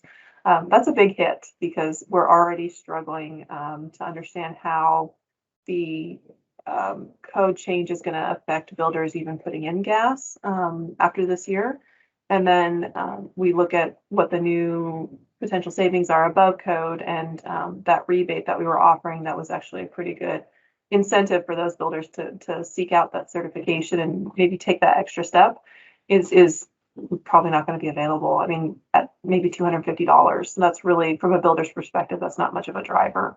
So we're going to research it a little bit more. But right now, this is looking kind of negative for that element of our programs. Monica, let us know if there's any way we can help you with information that might support your decision there. Okay, I appreciate it, Becky. We probably will be reaching out to you and Peter because that's a big hit. Yeah, that's a shame. We never really got a lot of Energy Star homes. We got a couple, and we're trying to drive it. And the built green offering really was it was a big driver in the Tri-Cities area where we still have our construction. So it's when we make these changes, obviously it needs to be cost effective. So that's going to be our driver. We also want to make sure that we're maintaining these relationships with our trade allies and our builders. And so if you have that big of a drop, last time we actually did drop the builder one, we had a pretty unhappy home builder association. Understandably so. I mean, this is something that helps them drive it. But it kind of hurts those relationships that are hard to build back up later. So it is what it is. We do everything with integrity as far as the rebates are concerned. So we'll move forward as we need to, but there's definitely some relationship management that we have to think about on the back end as well. Thank you, Vicki. Mm-hmm. Monica, can I just ask a quick question here? In the agenda, where you've got, like for instance, for the built green, where you say likely reduce, when you say likely reduce there, are you talking about just the incentive amount or the savings expectations or both? That's a good question. I think, I'd have to actually ask Philip because he's the one that's looking at load map. With it being a reduction from 10% to 6%, I think there's a reduction in savings as well. Philip, am I right in that? That's correct. And John did a lot of work on looking at this specifically, and it was a lot of his research that was given to AEG that drove the results in load map. If I remember correctly, John, you can correct me if I'm wrong, but it's in 6% incrementals for each star in built green instead of 10. And that is driving a lot of savings potential. Oh, I got a thumbs up, so I must have said it right. That's spot on. It's that mix of, as Monica was saying, because code has now become a home built to code will be more energy efficient from the start. So that 10%, even if they kept the same levels, the 10% was already going to be reduced savings. And then they reduced that threshold from a 10% savings above code to that 6%. So overall, that drop in savings is what's really driving the reduction of the incentive, just because the therms aren't there to be saved. And so to remain cost effective, we have to drop the incentive amount pretty heavily. Okay, thanks. And those savings assumptions are in that conservation potential assessment, Andrew. So when we look at like our annual report, you know, we're going to have to update what those savings assumptions are on some of these measures to align with that CPA as much as possible. We find not everything that we do aligns exactly with the CPA from the savings perspective. And some of that is because AEG doesn't have as good of a grasp of some of the offerings, or not offerings, but saturation levels for some of the like commercial industrial equipment. They came back suggesting that there was quite a bit of wasn't boilers, what was it? I'm blanking on it right now. We just had this conversation with them. I don't, Carrie, maybe you can help me remember. There's a couple where they think that our territory is more like the East Coast. And that the not just the age of the properties, but the businesses don't even have those measures as much as they kind of estimated that we would. So looking at that and talking to our vendor Brady and the engineer Bob Cootie is where we have a little bit of a more of a reality check against our service territory. So there are some savings differences on the commercial industrial side that relate to that, but we try to be as close to the CPA as possible. Yeah, it was around thermostatic radiant heating and heat traps and things like that. Thank you. Yeah. And you know, I probably should have just said reduce here instead of likely reduce, Andrew. It's just I you know me, I caveat everything, right? So we don't have it in stone yet. We don't know exactly what we're doing, so I didn't want to commit until I get to research it a little bit more and make sure that that's where we're at. But I'm pretty sure that's the direction we're going. No, that's understandable.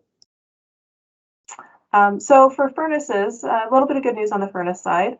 98% AFUE may be worth a second tier, actually a higher tier at $600 versus our current $400. So that would be kind of fun to have. We do want to keep in mind the 2024 code is going to change, which will probably reduce we may not even be able to have a rebate up for the furnaces at that point. But there is some opportunity right now to push them and really get the customers to you know, uptake them while they can. There's also a potential for a third tier that we've talked about. We've got a lot of situations where customers are installing the furnace as a, you know, as secondary heating with the heat pumps. You know, historically in our programs, we disallowed it. We didn't claim any savings. With AEG, the way that they calculated, they actually look at a certain percentage of the homes they're going to have heat pumps as well, and they calculate that into the savings assumptions for our furnaces now. So we are looking now at potentially a third tier of savings, again at a lower rate. So you've got the 400, 600, maybe one where it is a combo unit that we would offer. I don't think we have a number yet, but a reduced rate, so we could still incentivize for them. Customers are still putting in, it's still a high efficiency version if they do it, and seeing how we might be able to accommodate that, because the market's changing. You know, the environment's changing a little bit. So Carrie, do you want to add? Yeah, I would just like to add this is a personal agenda, kind of on my part, I admit, but there really is a nice spot for furnace backup heat for gas heat pumps, and I think we have a pretty good sense that that's a really efficient choice on the consumer side. So to the extent that we can provide some encouragement about that, to if they're going to have an electric heat pump, which I think is a very cold heat, then being able to encourage them to get not an 80% gas furnace to provide backup, but a high efficiency one, I think is in everyone's best interest.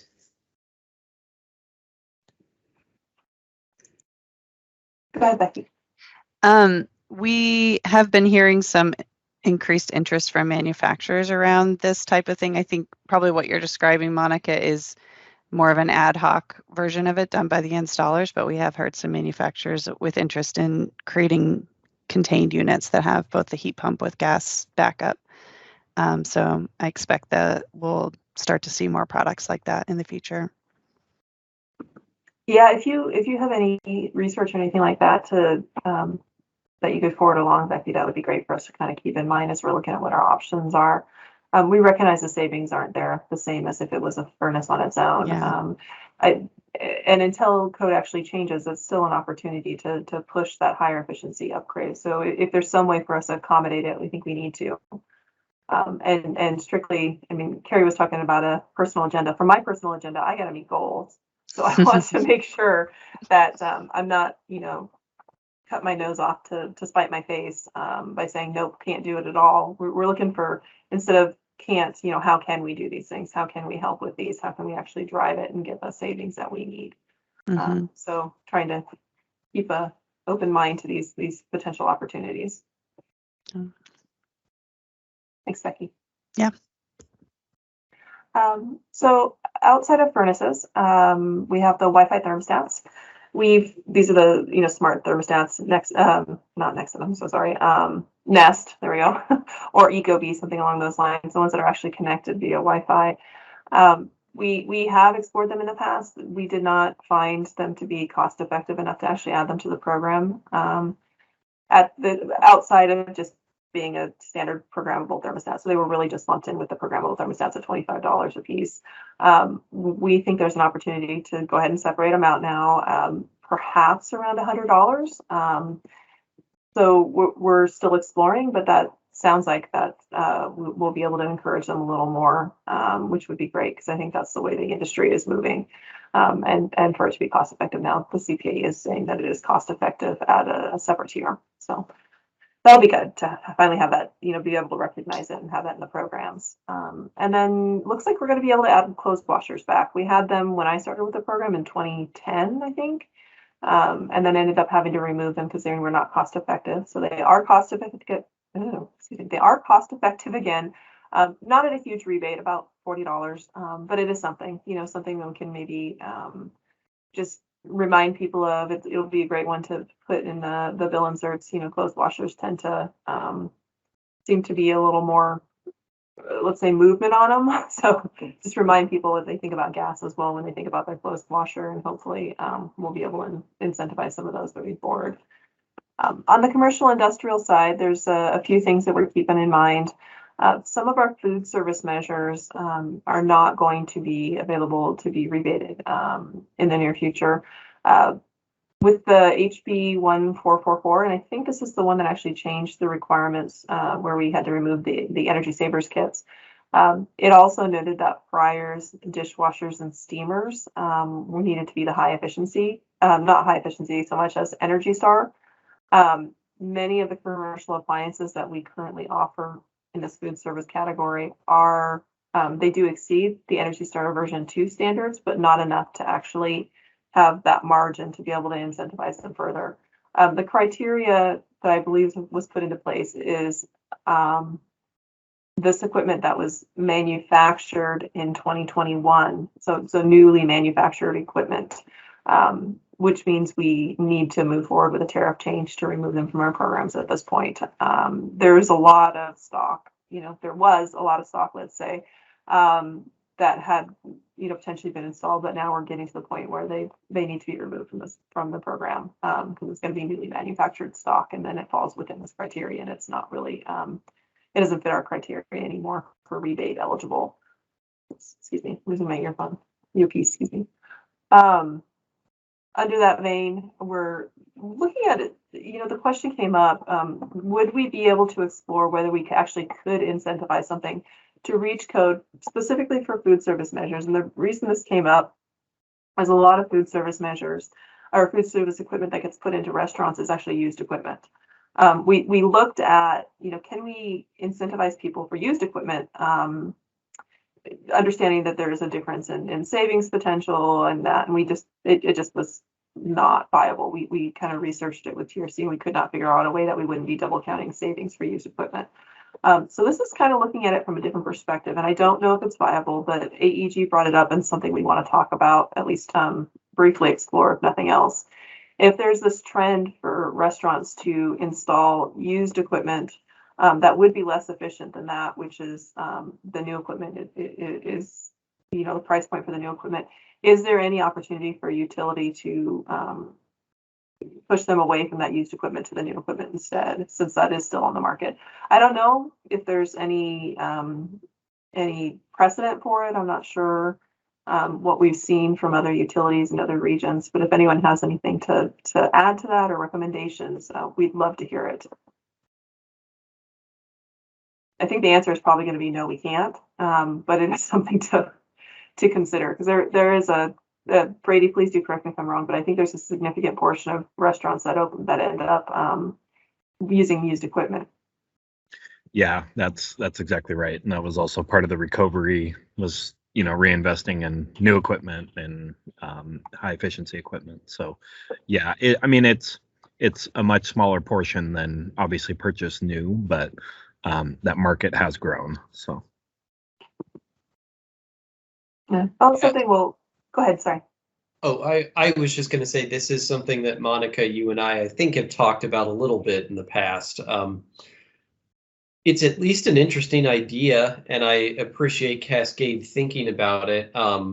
If as you investigate this a bit more, it starts looking like it could actually be a thing, then we probably do need to have another conversation, just like about how it would be incented and how it would be counted towards targets and things like that. I think some of the things that you've, again, already brought up to me some number of months ago. So yeah, but I, again, appreciate the kind of out of the box thinking here. So thank you. Yeah, well, I'm not sure how we're going to research it a little bit more, but we'll look at it a little bit more and see just what's out there, if there's any other precedent, and then we'll come back and kind of touch base and see where we're at. I think these are the kinds of things we need to look at, though, is what have we not done before, and how viable is it? Becky? Yeah, I was going to say, I know of other utilities struggling with the same question, and I don't know of any solutions. Brady might know more recent information about how other programs are handling it, but I can't recall any easy paths there. You guys are grappling with the right issue. no, I would concur. I don't think there's a solution yet. It doesn't mean there's not, but just to give you kind of a context for the fryer incentive, that so far year to date, it's about 15% of the therms achieved is specifically through fryers. Dishwashers are minimal. We do less than a handful a year, and steamers are very rare, less than one a year. But the fryers will have I don't say deep impact, but a pretty significant impact on the program as a whole. Again, I don't anticipate it'll finish the year at 15% of total therms achieved, but I wouldn't be shocked if it was close to 10%. So yeah, it kind of reminds me of when you remember Energy Trust one time had that refrigerator buyback program where refrigerators over a certain age they would buy just to get them off the grid. I almost wonder if it's almost instead of incenting the efficient ones being resold, if there's a way to just get rid of the ones that are really inefficient. Interesting. That's an interesting approach. Yeah, just buy the old ones. Yeah. Buy them and trash them, huh? Yeah, get them out of there.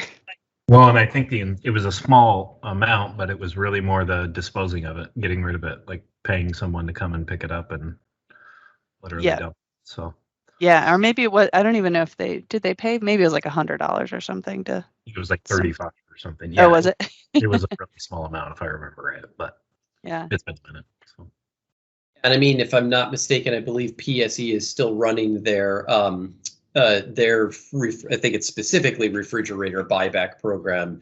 It's just like I think it's for super old refrigerators. If my memory is serving me correctly, it's like circa 1990s equipment. So it is super old, but maybe there is some sort of a model there that could be something. I don't know. 1990s and super old. That just made me feel really old. True statement, though. That's what I mean. No, I appreciate the kind of brainstorming because I think that's what we need.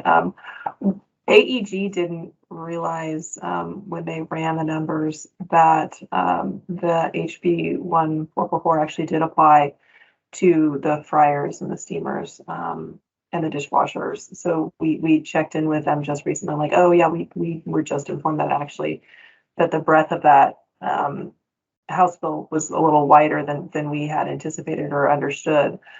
So our potential actually still includes savings from those measures, which is troublesome to me because we did just submit that, and now we're recognizing that those fryers that we can't offer them in the new tariff because of that, unless we can figure out a way for it to be a viable offering, and what the program parameters would be. So that to me as a program delivery, that's really troubling because I'm going to be held to savings that I can't achieve in that year from those fryers specifically.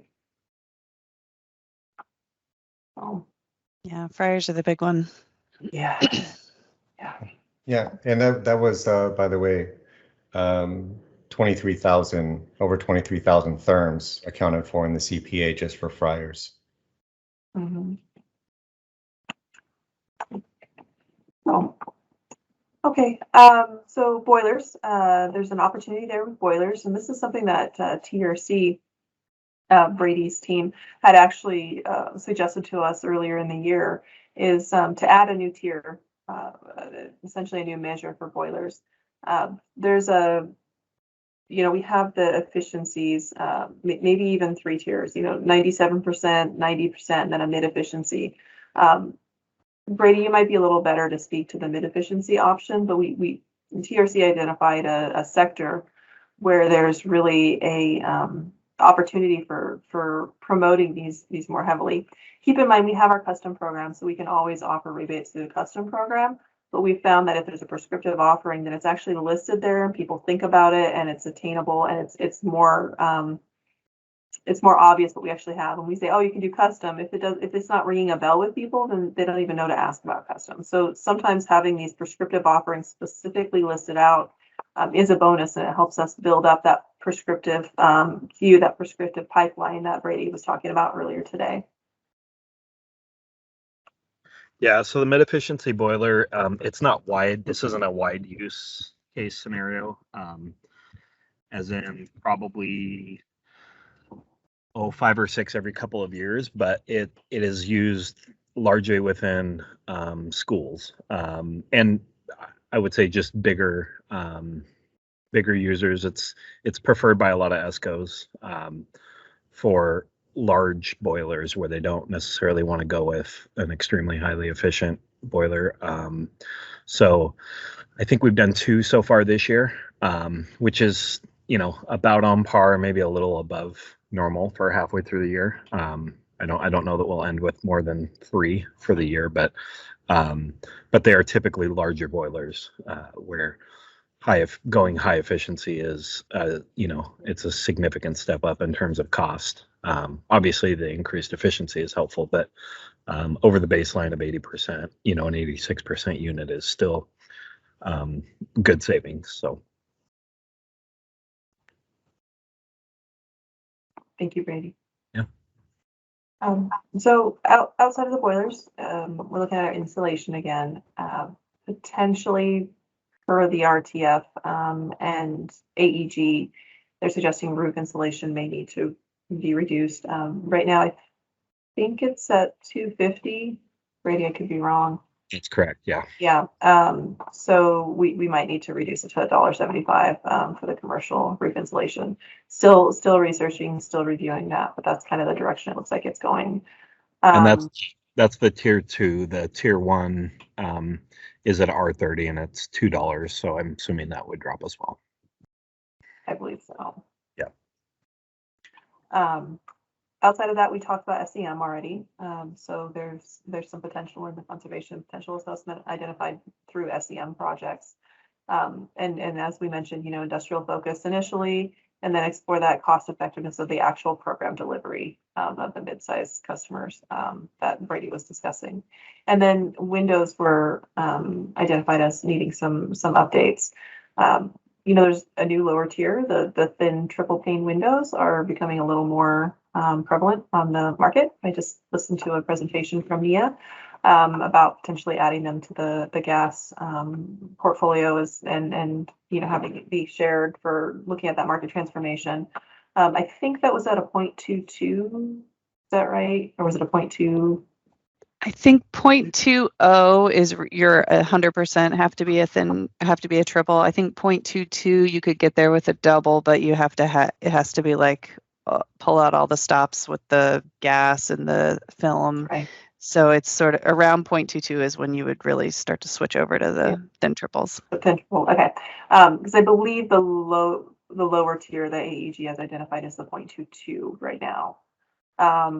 So we're looking at creating a rebate for the lower tier potentially. I don't think AEG is really identifying much with the 0.27, but we might need to reduce that. The 0.3 is very nearly code. It's not exactly code for the existing buildings. So we're going to have to evaluate what the rebate is for that. Right now we're offering, I'd have to double check on the commercial side. I think there's opportunity on the residential side for updating our windows as well. Because their Energy Star is going to change their requirements, and we think it's likely to go to 0.22. So that might be an easy way to tie your rebate to Energy Star once that change happens. When is that targeted? Oh, I don't know the timing. I think it would be this fall that they do they go through the process of getting feedback on it, and we're going to be submitting some comments on that. I don't know when it would go into effect. I think I'd heard they were estimating towards the beginning of next year. That makes sense. Yeah. So the tariff is probably going to be submitted in fall. So before the beginning of next year, we'll see. We might end up having to do another tariff change for the windows if it comes to that. We'll see what the timing looks like. I would hate to lose out on offering rebates for the still high efficiency but lower tiers right now for as long as we can. I would like to try to keep it in the offerings as long as we can. Again, we're being held to these savings assumptions, so we need to be able to offer the rebates to tie to them as viable. Those are just a couple things that we're looking at, and I did mention the thin triple plane. And I hear what you're saying, Becky, is that about the 0.22 category. So I'll make sure that that's clear on our end. And then I did want to kind of move to just the tariff update itself. We talked with the CAG previously about altering the format of that tariff. Our regulatory group, and Mike, maybe you could weigh in here, wanted to look at the way that the tariffs are laid out and kind of make them so that they're more consistent across the board, and then that we're following best practices with the other utilities. So I worked a little bit with Chris Mickelson, the manager for regulatory, on updating it on the back end, and then he came back and said, you know what, we're just going to wait a little bit, which may give us an opportunity to actually update to the other format where we're not including all the tariff dollar amounts in our sheets, all the rebate dollar amounts, so much as just referencing the rebate, the measures, and then including all that in the conservation plan. So I'm sorry, Mike, I called you out and then I didn't even let you speak, so I'll stop there. Yeah, no, that's all right. Yeah, no, that's pretty much it. One of the things we've noticed, and staff actually brought this up, it's been quite a few years now, is that our tariff lists all of our measures and all of the rebates and all that through tariff, which is a slow process to make changes. And I think the other utilities do something more through the plan and through their advisory group to actually identify the rates, and then it's either on their website or what the actual rebates are, to make the process a little more nimble and quick. One of the things we're talking about is we just did the CPA, we are doing our plan, we're talking about changes to the tariffs, so it's a slow process. So we're looking at something to make that more reactive and a quicker process. And this is something staff had wanted, like I said, quite a few years ago. I was actually reluctant to do that. I think that's just comes from the regulatory side, where customers should be able to look at the tariff to see what their rates they're paying. Same thought for their rebates. So I've been reluctant to do that, but I think we need to be a little more nimble as we move forward and react to changes in what we're seeing in the markets and the environment. And the advisory group has gotten much more in tune, or much more of an active group, where historically it hadn't been. So that's something that's changed over time too. So. Thank you, Mike. So do you think that we would be able to do this updated tariff format with the new conservation plan? Is it just referencing and including those totals in the conservation plan itself, or how would that alter the format of the plan maybe? Yeah, I don't know. Okay, so that's I haven't TBD. quite figured exactly how we're doing that yet, and it's the coordinating with, how are the other utilities doing it? Where's the information available for the customers? Is it through the plan? Is it strictly through the website? So we need to get that consistency down too. So, and Chris was farther along with evaluating that than I am. I was looking at it more globally than specifically. Okay, well, go ahead, Andrew. Well, I was just going to say the other company that I'm most familiar with on the conservation side, of course, is just PSE. And I think you're on the right track, Mike, in terms of looking at the other companies and their tariffs and how they're written. I'll say that with PSE specifically, like what they have is they have obviously they have kind of a giant plan. And it has a number of different exhibits, and I think it's exhibit 3, if my memory is serving me, is the written document where they have a lot of, or really all of the kind of very particular details about their programs and how they're running them. I don't remember if it has incentives in it or not, but basically, excuse me. Basically, when they have any updates that need to be made to, program processes and that, they make it an exhibit 3 and then just kind of submit a new exhibit 3 into their biennial conservation docket on like a quarterly or semi-annual basis. And it's not something that requires any action by us at the UTC. It's just kind of like okay, we're just updating the particulars of our plan. So perhaps that's a model for you. Perhaps it isn't. I don't know. Right. And then that would be a document that has already been vetted through the CAG before submitted. So. Correct. Yeah. So in their case, it is something that comes to the CRAG as part of the plan, and so we go through it and And, you know, it's one of those things that's approved as part of their target and everything. So, yeah.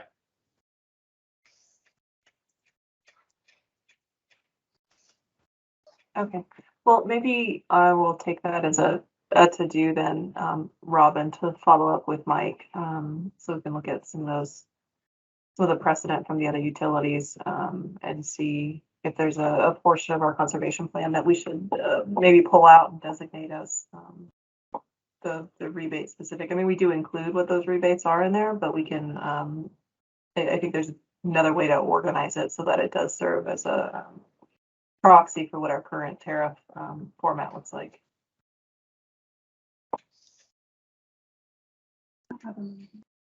Thank you.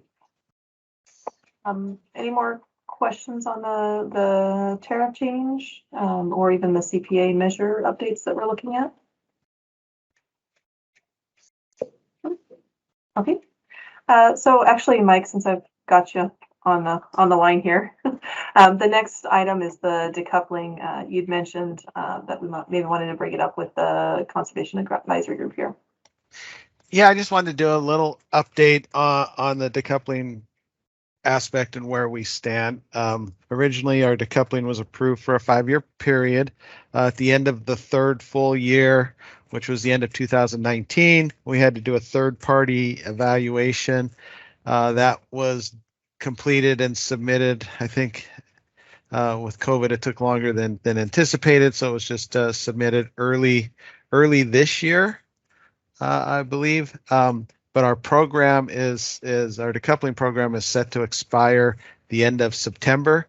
So we have contacted Jing Liu at the commission, who was involved with initially with our approval of our programs and the evaluation, and I think several of the other companies that have similar programs, on how do we go about filing either changes or moving forward based on that evaluation.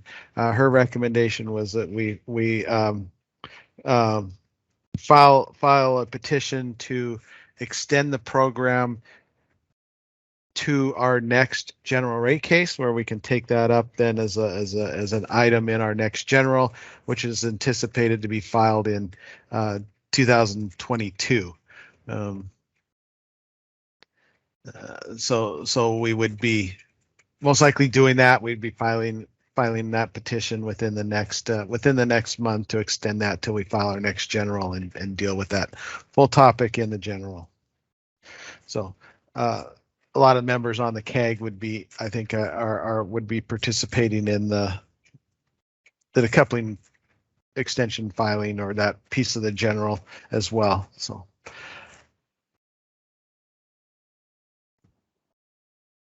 Anybody has any questions or comments? I was going to ask Mike, what is there a to do for the CAG, or is there a specific ask for the CAG at this point? Well, just for those people that were interested in the evaluation, I think that went out to the CAG members as well. But I'd be thinking about what modifications could or should be made to the full decoupling mechanism. Before that comes up as a topic in our general in 2022, or specifically if there was problems, concerns with that extension from the end of September until we do the rate case in 2022. Just more of a heads up, I guess. And if someone wanted to look into it a little deeper, do you have a docket number they could look at, or if they haven't had a chance to? It was filed under as a compliance item in the 2015 rate case. Shoot, put me on the spot. I can't remember the full docket number. Maybe if we could just do it as a to-do, and I can get back to the CAG, send them an email. Sure. That'd be okay. Yeah, I think I'll be able to tell you the docket number. Well, by the time you get to the end of the next item. Okay, that's fair. I should learn not to put my boss on the spot. You said it was the 2015 rate case, Mike?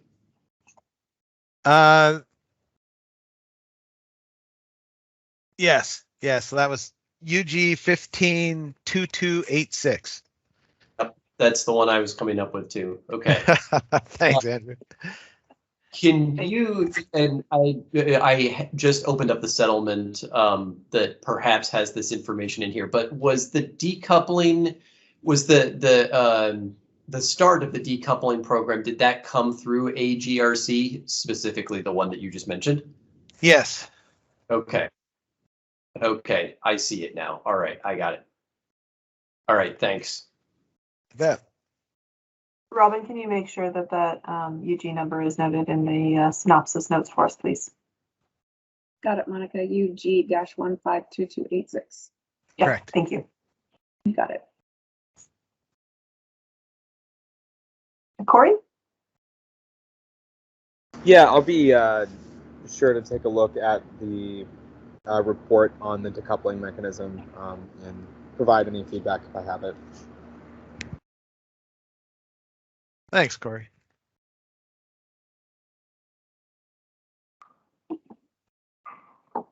Okay, I don't think I'm hearing anything else on the decoupling. Mike, are you good? I'm good. Thanks. All right, thank you. So I'm going to actually punt to Alan Spector here. He's going to give us an update on our Bellingham building audit. Yeah, thank you, Monica. So just a quick update to the CAG that we have decided to proceed with the audit phase of the Bellingham retrofit project. Right now we're looking at a phase 1 and a phase 2.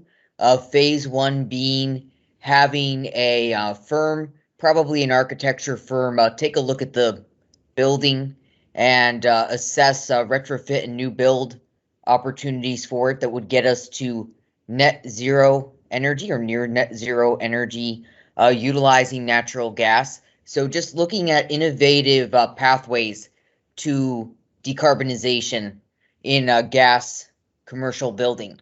And so that could be what results from it could be recommendations for maybe a small pilot with some technologies like a gas heat pump, or paired with maybe some solar assisted water heat, and other with gas elements. So we're going to be looking at the whole gamut of possibilities for this facility, including potentially a new build.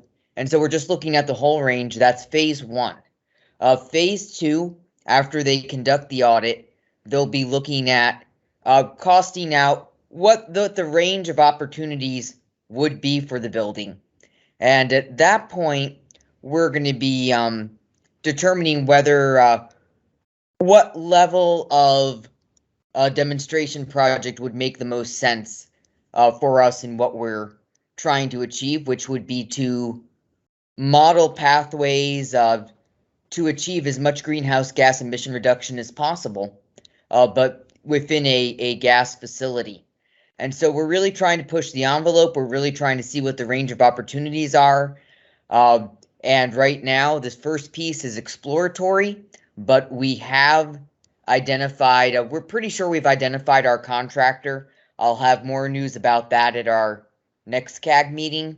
But as soon as we sign the contract, we'll provide more information. But yeah, we're feeling very, very good with who we're looking at right now. They've got significant experience with retrofit and new build work in buildings in Seattle, in the Bellingham area, outside that region too. But just the depth of experience building both gas and electric and getting to super efficiency. So we're very excited by the opportunity just to see what there is to see, and we'll certainly be in touch with the rest of this group as we move forward, because I'm sure that we'll be we'll have lots of questions, and we'll look forward to your feedback and just seeing what the possibilities are. But we should have that audit underway very likely before the end of this year. Thank you, Alan. Any questions on the Bellingham audit? Okay. That's exciting. Yeah, I think we're all pretty excited to be moving forward with this. Yeah, it's fun to actually be able to step forward and look at some of these things that we tell other people to do. Is to actually see what the building would be capable of if we were able to make some of these high efficiency upgrades. So it's kind of fun. That actually kind of weighs into the next point I have is our meeting schedule. With COVID and everything else, we have done all remote since Q1 of last year. We have our Q4 meeting October 13th. If we're not in the midst of anything, COVID related, let's say, it's possible we could actually hold it in person if we wanted to. Of course, we would still have the remote option, make sure that we were providing that. I just wanted to get a feel from the CAG if we think that that's something we should consider, or we should just kind of tie out the year remote and then start fresh in 2022 with an in-person meeting. Maybe it's a little early to have this conversation. We don't know exactly what's going on with trends through the summer, but I wanted to touch base and see what you all think. I don't think it's too early to be having that conversation. I'll say from our standpoint, from the UTC standpoint, ask me again at the end of next week. I think we've got a meeting on the calendar for a week from tomorrow, where I think we're going to start getting some better idea of what the state wants us to do. I mean, this is probably like all agencies, what the state wants agencies to do in terms of reopening and that kind of thing. So I may have a better idea for you after that. Of course, I'm actually going on vacation, so I'm going to miss it, but I'll find out the info, I'm sure. So that's just kind of where we stand. I can't give you an answer right now, but I think it's certainly worth at least thinking about. So. Mm-hmm. Yeah, NIA is planning to open fully at the beginning of September, and we have a green light for travel. So that definitely, and it could be a good opportunity for Peter to come and meet you all in person. So we would be in favor of it if it works out, but if not, Teams works great for us too. Okay.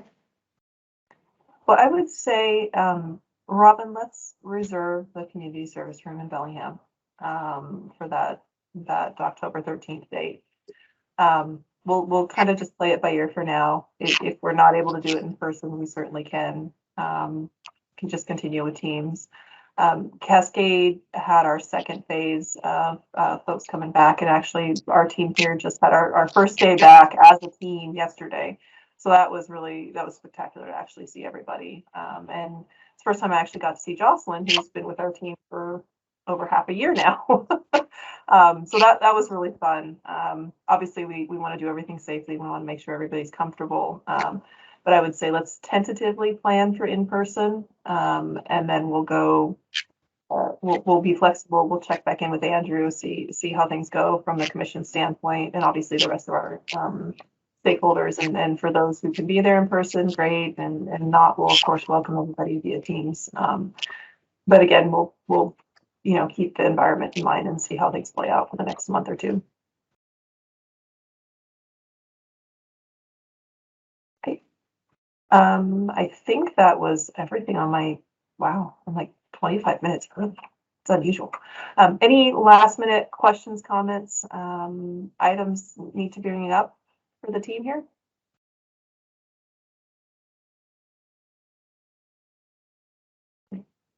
Okay, I'm hearing crickets.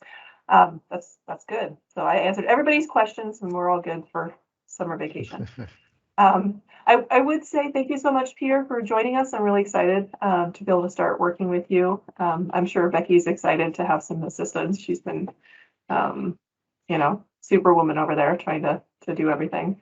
I won't let you off the hook though, Becky. I'm still going to touch base with you every now and then. So I appreciate everybody's participation. As always, I think it helps really with our programs. It helps us grow. It helps us really manage, adapt as needed, and I'm looking forward to seeing what the new conservation plan will look like. So, all right, well, that's it for us. Thank you, and I will talk to you all soon, I'm sure. Thank you. Thanks, everyone. Thank you all. Thank Bye. you. Thanks, Monica. Thank you. Bye. Bye. Bye, everybody. Thank you, Robin. Got it.